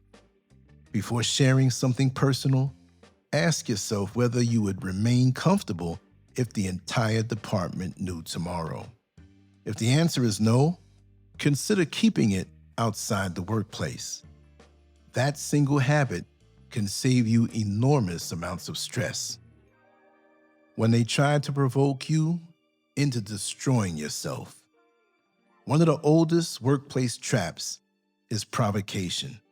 Someone who can't easily damage your professional record may attempt to damage your emotional record instead. They push, tease, disrespect, interrupt, undermine, and irritate until you finally explode. Then suddenly, everybody becomes interested in professionalism. Nobody noticed the 20 small provocations, but everybody notices the one large reaction. That's why you must learn to recognize when somebody is trying to pull you out of character. The moment you feel yourself becoming intensely angry, slow everything down. If possible, remove yourself temporarily from the situation. Don't send the email while furious. Don't send the text. Don't make the threat. Don't post about the workplace online. Don't give somebody 5 minutes of emotional satisfaction that creates 5 years of professional consequences. You can address disrespect firmly without surrendering self-control. Strength isn't measured by how loudly you respond.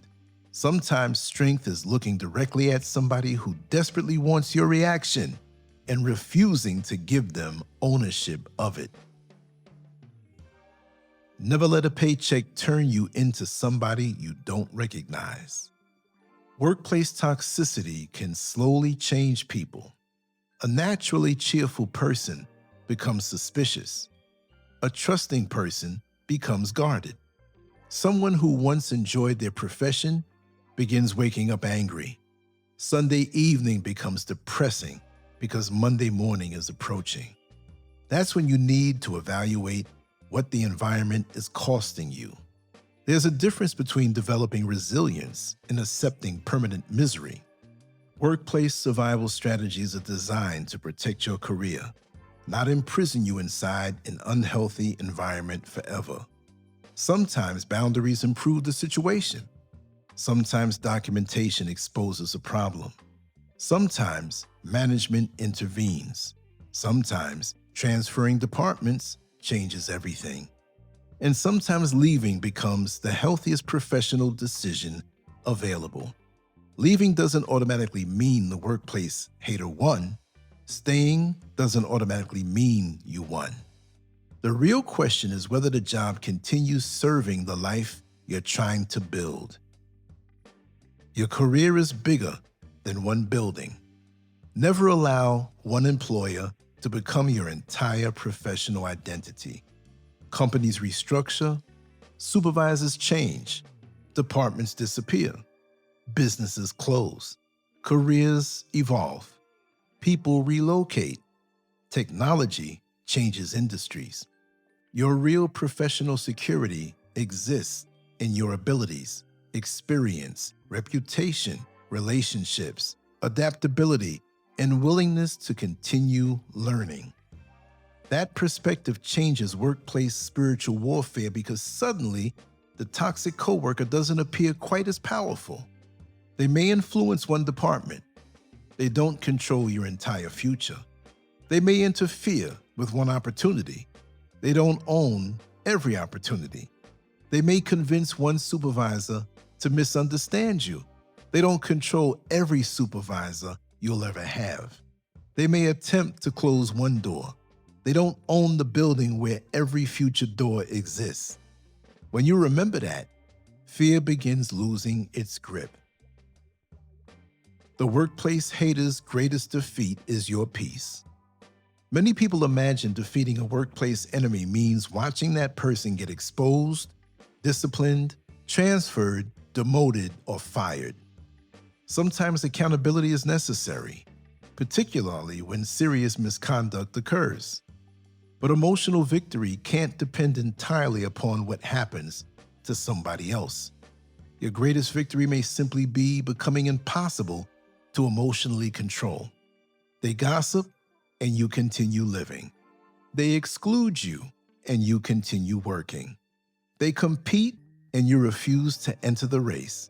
They investigate and discover very little. They provoke and receive no explosion. They exaggerate and encounter documentation. They steal credit and encounter records. They whisper upward and encounter consistent performance. They watch your success and discover that you aren't apologizing for it. They attempt to follow you home psychologically and discover that the door to your private peace is locked. That's workplace spiritual warfare at its deepest level. You aren't fighting to destroy another human being. You're fighting to prevent another human being's unresolved issues from destroying the peace inside you. The workplace hater doesn't need your possessions. They don't necessarily need your position. Sometimes what bothers them most is watching you remain centered in an environment that has already consumed them. They become addicted to the gossip. You didn't. They become trapped inside the clique. You didn't. They made the boss their entire identity. You didn't. They turned everybody's success into personal competition. You didn't. They carried the workplace home every night. You stopped at the door. That's when you understand something powerful about surviving workplace spiritual warfare. Protecting your peace isn't weakness. Avoiding unnecessary conflict isn't cowardice. Maintaining privacy isn't antisocial behavior. And refusing to participate in dysfunction doesn't mean you're afraid. It means you finally understand exactly what you came there to do. You came to work, you came to earn, you came to develop, you came to build, you came to move your life forward. And when your shift is over, you're going home with your paycheck, your dignity, your reputation, your private life, and your peace still belonging to you. The Workplace Spiritual Warfare Survival Blueprint. After examining all of these workplace personalities, we have to bring everything down to one practical question. How do you walk into a new job, earn your living, develop your career, interact with different personalities, and eventually walk back out with your professional reputation, private life, emotional stability, and peace still intact? Recognizing toxic personalities is useful, but recognition without a strategy leaves you standing in the middle of the battlefield knowing who everybody is without knowing what to do about them. The purpose of this final section is to give you a blueprint that can travel with you from your first morning on the job until your final day of employment. The first thing you must understand is that workplace spiritual warfare doesn't require you to become spiritually dark yourself. You don't defeat gossip by becoming a better gossip. You don't defeat sabotage by sabotaging someone else.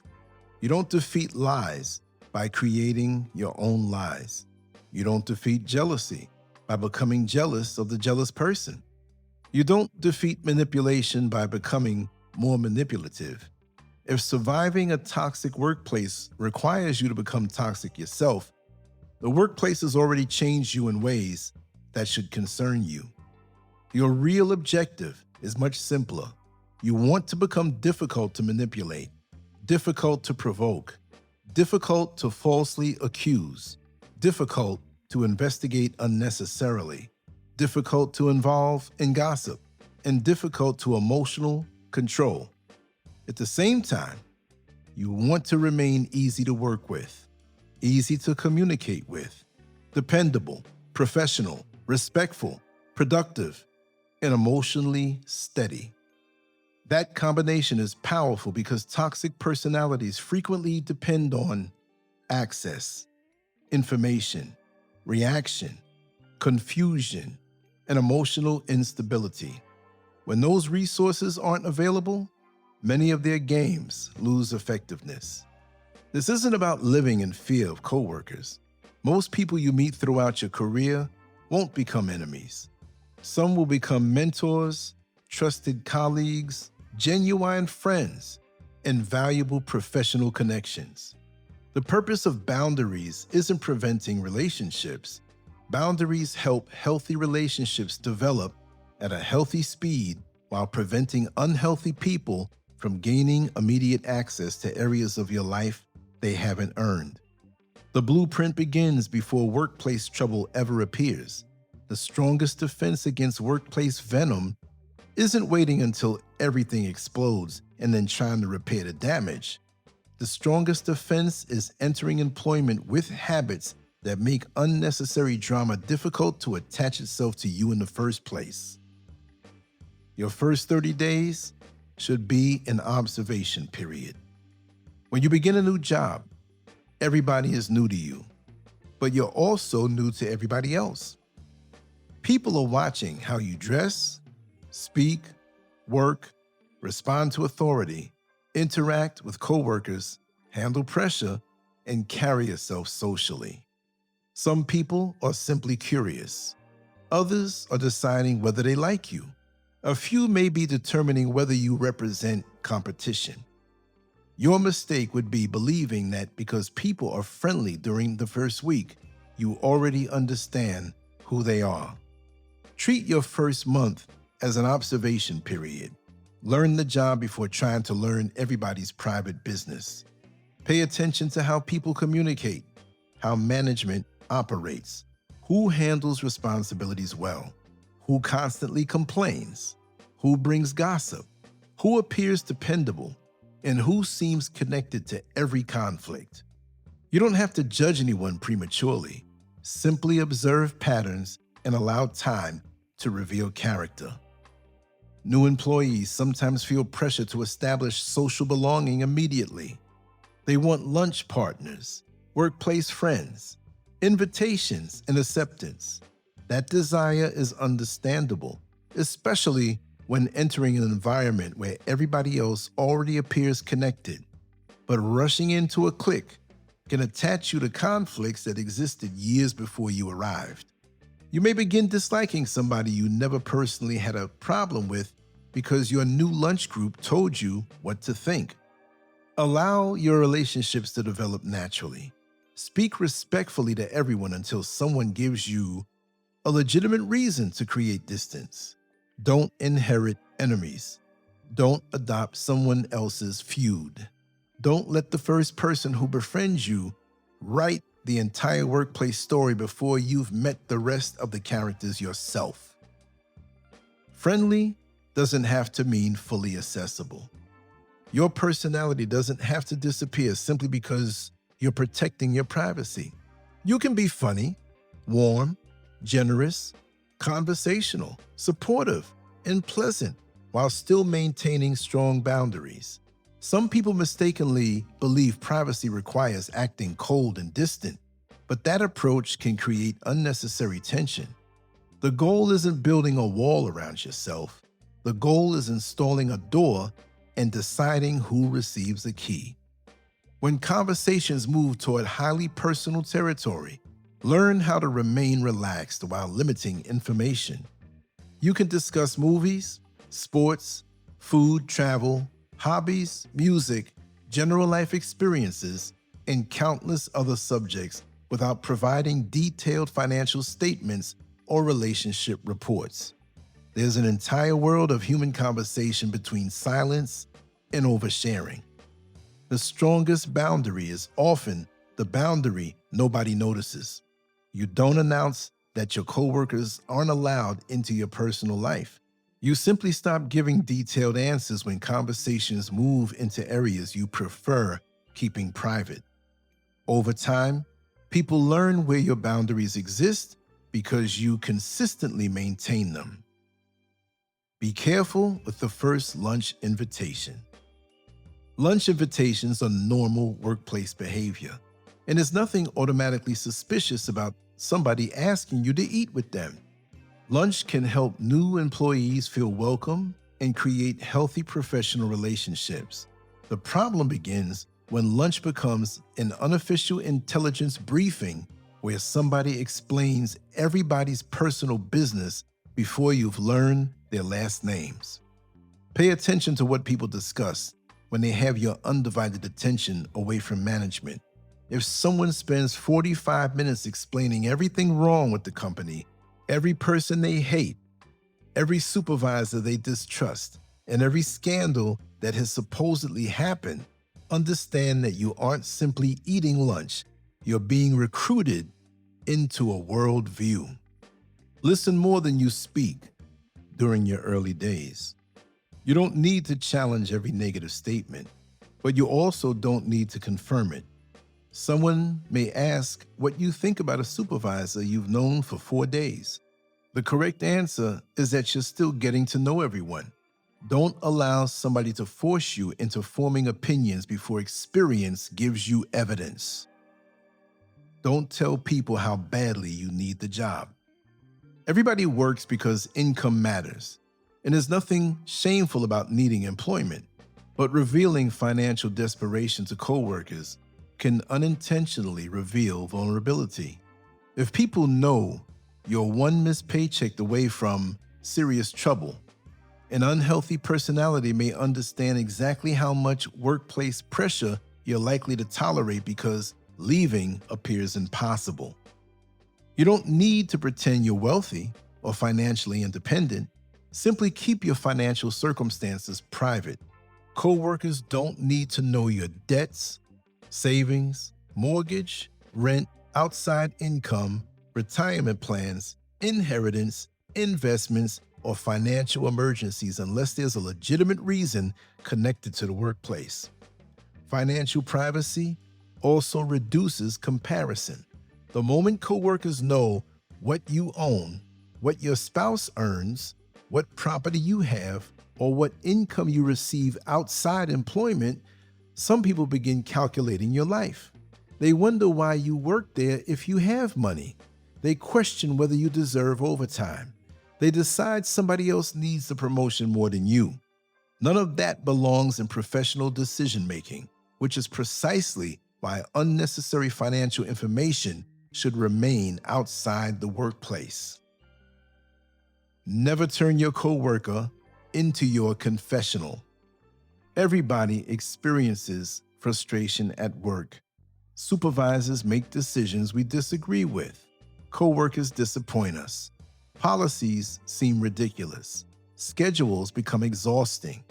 Human beings naturally want somewhere to release that pressure. The danger begins when your workplace becomes a place where you confess everything you hate about your workplace. The person listening sympathetically today may become your competitor tomorrow. The coworker nodding while you complain about management may later repeat your exact words. Someone who agrees that the supervisor is terrible may walk directly into the supervisor's office and explain what you said while conveniently forgetting to mention their own comments. When you need to vent, choose trusted people outside the workplace whenever possible. If a workplace concern genuinely requires action, discuss it through appropriate professional channels. Complaining to 10 coworkers rarely solves the problem. It simply creates 10 witnesses to your frustration. Learn the power of the professional pause. One of the most valuable workplace skills is learning not to respond immediately when emotions are high. Toxic people often depend upon speed because emotional reactions happen faster than thoughtful responses. They send the insulting message and hope you immediately fire back. They make the disrespectful comment and wait for you to explode. They confront you unexpectedly because surprise reduces your ability to think. Give yourself permission to pause. You can tell somebody you need a moment to consider what they said. You can wait before answering the email. You can request a later conversation when everyone is calmer. You can step away from a tense situation if circumstances allow. A delayed professional response is often far more powerful than an immediate emotional reaction. Many careers have been damaged in 30 seconds.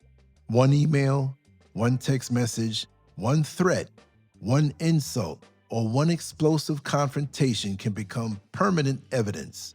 The person who provoked you may disappear from the story while your response remains in writing forever.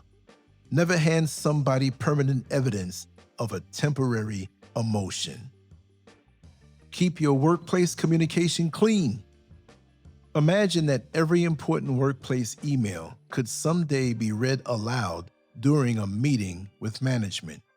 That mindset will immediately improve your communication. Keep messages factual, respectful, clean, and focused on the issue. Avoid sarcasm, insults, threats, gossip, emotional accusations, and unnecessary speculation. Written communication becomes especially important when conflict develops because messages create records. If someone repeatedly gives confusing instructions verbally, confirm important details professionally afterward. If responsibilities are disputed, written communication can clarify who was assigned what. If deadlines change, confirmation reduces confusion. The purpose isn't building a legal case every time somebody irritates you. The purpose is reducing ambiguity. Healthy workplaces benefit from clear communication just as much as unhealthy workplaces do. Document patterns without becoming obsessed. Documentation should protect your peace rather than consume it. You don't need a secret diary describing every facial expression, awkward silence, or unpleasant interaction. Focus on incidents that materially affect your work, reputation, safety, employment status, or ability to perform your responsibilities. When documenting something serious, record facts. Include dates, approximate times when relevant, people involved, what occurred, what was said as accurately as possible, what work was affected, and what action you took afterward. Separate what you know from what you suspect. Saying that required information wasn't provided after 2 written requests is a fact. Saying the person withheld it because they're jealous is an interpretation unless you possess evidence supporting that conclusion. Facts create credibility. Exaggeration destroys credibility. If you ever need management, human resources, a union representative where applicable, or another appropriate professional channel to examine a situation, clear records make it easier for someone who wasn't present to understand what occurred. Don't let somebody bait you into becoming the problem. The workplace provocateur wants transformation. They want to transform their quiet disrespect into your loud reaction. They want to transform their repeated interference into your explosive confrontation. They want to transform their whispering campaign into your public meltdown. Once that transformation occurs, the conversation changes from what they did to how you reacted. This doesn't mean tolerating abuse. You can establish firm boundaries, report misconduct, challenge false information, request mediation, and defend yourself professionally. Strength and self-control aren't opposites. In fact, self-control often makes your response stronger because people can focus on your evidence rather than your behavior. Before reacting, ask yourself what outcome you want.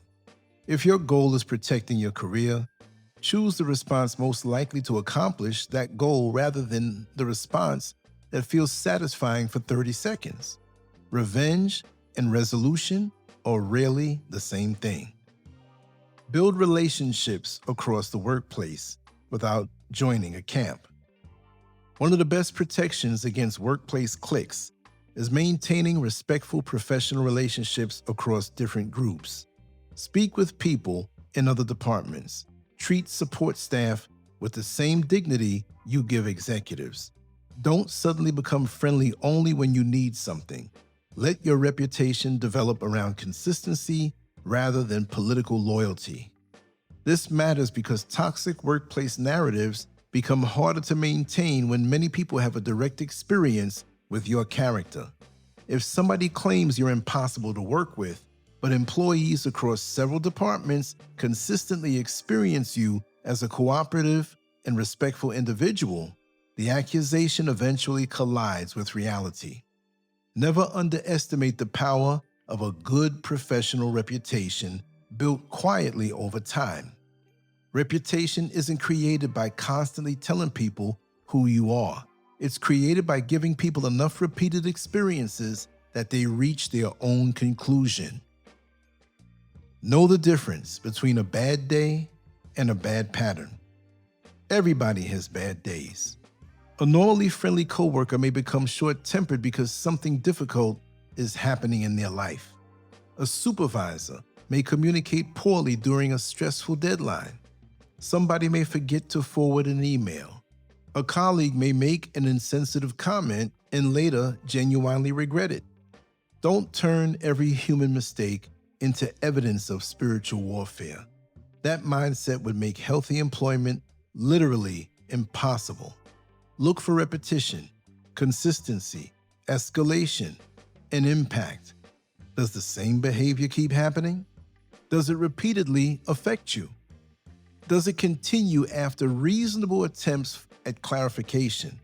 Does the person behave differently when witnesses are present? Are similar employees treated differently? Discernment requires patience because patterns reveal what isolated incidents cannot. Sometimes the coworker you initially thought disliked you simply had a terrible week. Sometimes the coworker you initially thought loved you eventually reveals a pattern that tells you a completely different story. Give time enough space to reveal both. When racism or discrimination may be involved. When you believe race or another protected characteristic may be influencing workplace treatment, the situation deserves seriousness rather than impulsive conclusions. An African American employee shouldn't have to pretend discrimination is impossible simply to make other people comfortable. At the same time, serious allegations become stronger when supported by specific facts, patterns, comparisons, comments, decisions, or documented differences in treatment. If you notice that comparable employees repeatedly receive opportunities you're denied despite similar qualifications, begin paying attention to the standards being used. If inappropriate racial comments are made, document relevant details. If rules appear to be enforced differently, focus on specific examples. The objective isn't searching for racism everywhere. The objective is refusing to become defenseless when credible evidence suggests bias may be affecting your career. Depending on where you live and work, different laws, company procedures, unions, regulatory bodies, and other protections may apply. Learn the rules relevant to your workplace and location rather than relying entirely upon coworker advice. Workplace gossip isn't legal guidance, and the loudest person in the break room isn't automatically an expert on your rights. Know when management needs to become involved. Not every conflict belongs in the manager's office. Adults should be able to resolve ordinary misunderstandings professionally whenever it's safe and reasonable. Running to management over every irritating comment can damage your credibility and make ordinary workplace life unnecessarily formal. However, serious or repeated interferences with your work, threats, harassment, discrimination, retaliation, safety concerns, major false accusations, political violations, or conduct affecting your employment may require escalation. When that moment arrives, bring organized information rather than a mountain of emotional history. Explain what happened, how it affects your ability to perform your job, what steps you've already taken where appropriate, and what reasonable resolution you're seeking.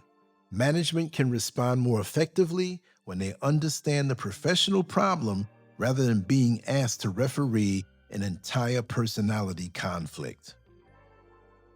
Human resources is a professional function, not your personal friend. Employees sometimes make one of two mistakes regarding human resources. They either believe HR exists as their personal protector in every conflict, or they assume HR can never help them under any circumstances. Both views are too simplistic. HR generally serves organizational functions that can include workplace policy, employee relations, investigations, compliance, benefits, hiring, discipline, and risk management, depending on the organization. When involving HR, approach the conversation professionally. Understand what you're reporting, what policies may apply, what documentation you possess, and what outcome you're requesting. Don't assume confidentiality beyond what the process actually involves. If the matter is serious, ask how information will be handled and what the next steps are. Your objective shouldn't be finding somebody inside the company who will emotionally take your side. Your objective is understanding the available process and using it intelligently when necessary. Never threaten people with what you're going to do.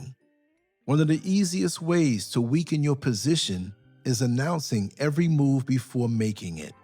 Telling coworkers that you're going to get somebody fired, report everybody to management, sue the company, expose the supervisor, or destroy somebody's career creates unnecessary drama and may give other people time to prepare against you.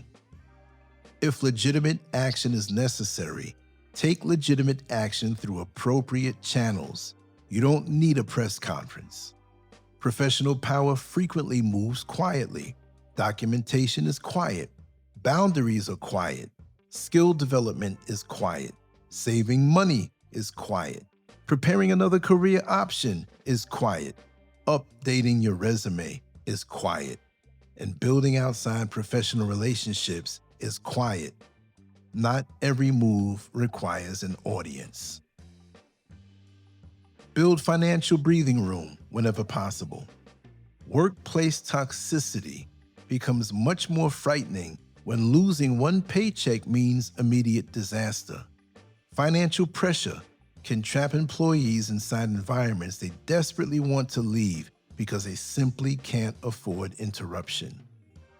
Building savings may be difficult, particularly when expenses are high and income is limited. But even a modest emergency cushion can create psychological breathing room, reducing unnecessary debt, controlling expenses, developing transferable skills, and maintaining awareness of other employment opportunities can reduce the feeling that one employer possesses your entire future. The strongest workplace boundary sometimes comes from knowing you have options. People tolerate extraordinary disrespect when they believe they have nowhere else to go. Options don't require quitting tomorrow. Options simply remind you that your current employer isn't the entire economy. Keep developing skills while everybody else is gossiping. One of the most powerful ways to survive workplace spiritual warfare is refusing to spend all your energy studying haters. Learn your profession, improve your communication, develop technical abilities, earn relevant qualifications, understand new technology, become more valuable in the marketplace. While somebody is spending lunch discussing you, spend part of your life developing yourself. Their gossip has an expiration date. Your skills can travel with you. This is where workplace haters often defeat themselves. They become so obsessed with monitoring other employees that they stop developing their own abilities. Years pass, and they remain experts on everybody's personal business while becoming increasingly outdated professionally. Please don't join them. Your career deserves more attention than your enemies. Don't allow the workplace to become your entire identity. You're more than your job title. You're more than your department. You're more than your relationship with your supervisor. You're more than the promotion you received or didn't receive. Employment is important because it provides income, structure, opportunity, professional identity, and sometimes deep personal satisfaction. But it should never become the only place where your sense of worth exists. Develop a life outside employment. Maintain relationships that have nothing to do with the company. Pursue interests that remind you who you are when you aren't wearing a uniform, sitting at a desk, driving a company vehicle, or answering workplace emails. When your entire identity lives inside the workplace, workplace rejection feels like personal destruction. When your identity is larger than employment, workplace problems remain serious without becoming the definition of your existence. Learn how to mentally clock out. Your shift ends, but your mind may continue working unpaid overtime. You replay conversations during dinner, imagine confrontations while showering, explain workplace drama to family members, and lie in bed thinking about what somebody might say tomorrow. Create a ritual that tells your mind the workday has ended. Maybe you listen to music during the commute, exercise, take a walk, change clothes immediately, spend time with family, pray, meditate, read, cook, or simply sit somewhere quiet. The specific activity matters less than the psychological message. Work is finished for today. If someone genuinely needs attention tomorrow, write it down. Your brain can relax when it knows the problem has been captured somewhere and doesn't need constant mental rehearsal. Peace requires practice. Knowing survival has become self-destruction. There's tremendous value in learning how to handle difficult personalities, but there's no prize for remaining indefinitely inside an environment that's destroying you. If the workplace consistently damages your sleep, relationships, emotional stability, physical well-being, dignity, or professional future, despite reasonable attempts to address the problems, you may eventually need to consider whether remaining is still worth the cost. Leaving shouldn't always be impulsive. If possible, prepare. Evaluate finances, opportunities, benefits, responsibilities, and the practical consequences of changing employment. Secure another position first when circumstances allow. Understand what you're walking toward rather than simply running from what you hate. But never confuse endurance with victory. Sometimes staying demonstrates resilience. Sometimes leaving demonstrates wisdom. The current decision depends on the circumstances. If you leave, leave clean. When your final day eventually arrives, resist the temptation to burn everything down on the way out. Don't send the legendary angry email explaining everything wrong with everybody. Don't spend your last week exposing secrets. Don't sabotage projects because you no longer care. Don't give workplace haters a final piece of evidence they can use to rewrite your entire history. Leave professionally whenever possible. Return company property, complete reasonable transition responsibilities, preserve professional relationships worth keeping, understand what information or records you're legally and ethically permitted to retain. Keep appropriate contact information for people who may become valuable professional references. There's tremendous power in leaving a toxic environment without allowing the environment to turn you toxic on the way out. The final lesson of workplace spiritual warfare. At the end of the day, the greatest workplace survival guide isn't learning how to defeat every hater. You could spend an entire career doing that and never finish because every building contains different personalities. One troublemaker leaves and another arrives. One supervisor retires and another takes over. One clique dissolves and another forms. If your peace depends upon everybody around you behaving correctly, peace will always remain outside your control. The real victory begins when you understand that access to you is a privilege rather than an automatic benefit of sharing employment. Coworkers can receive your professionalism without receiving your private life. They can receive your cooperation without receiving your secrets. They can receive your respect without receiving control over your emotions. They can work beside you for 20 years without earning the right to know everything happening behind your front door.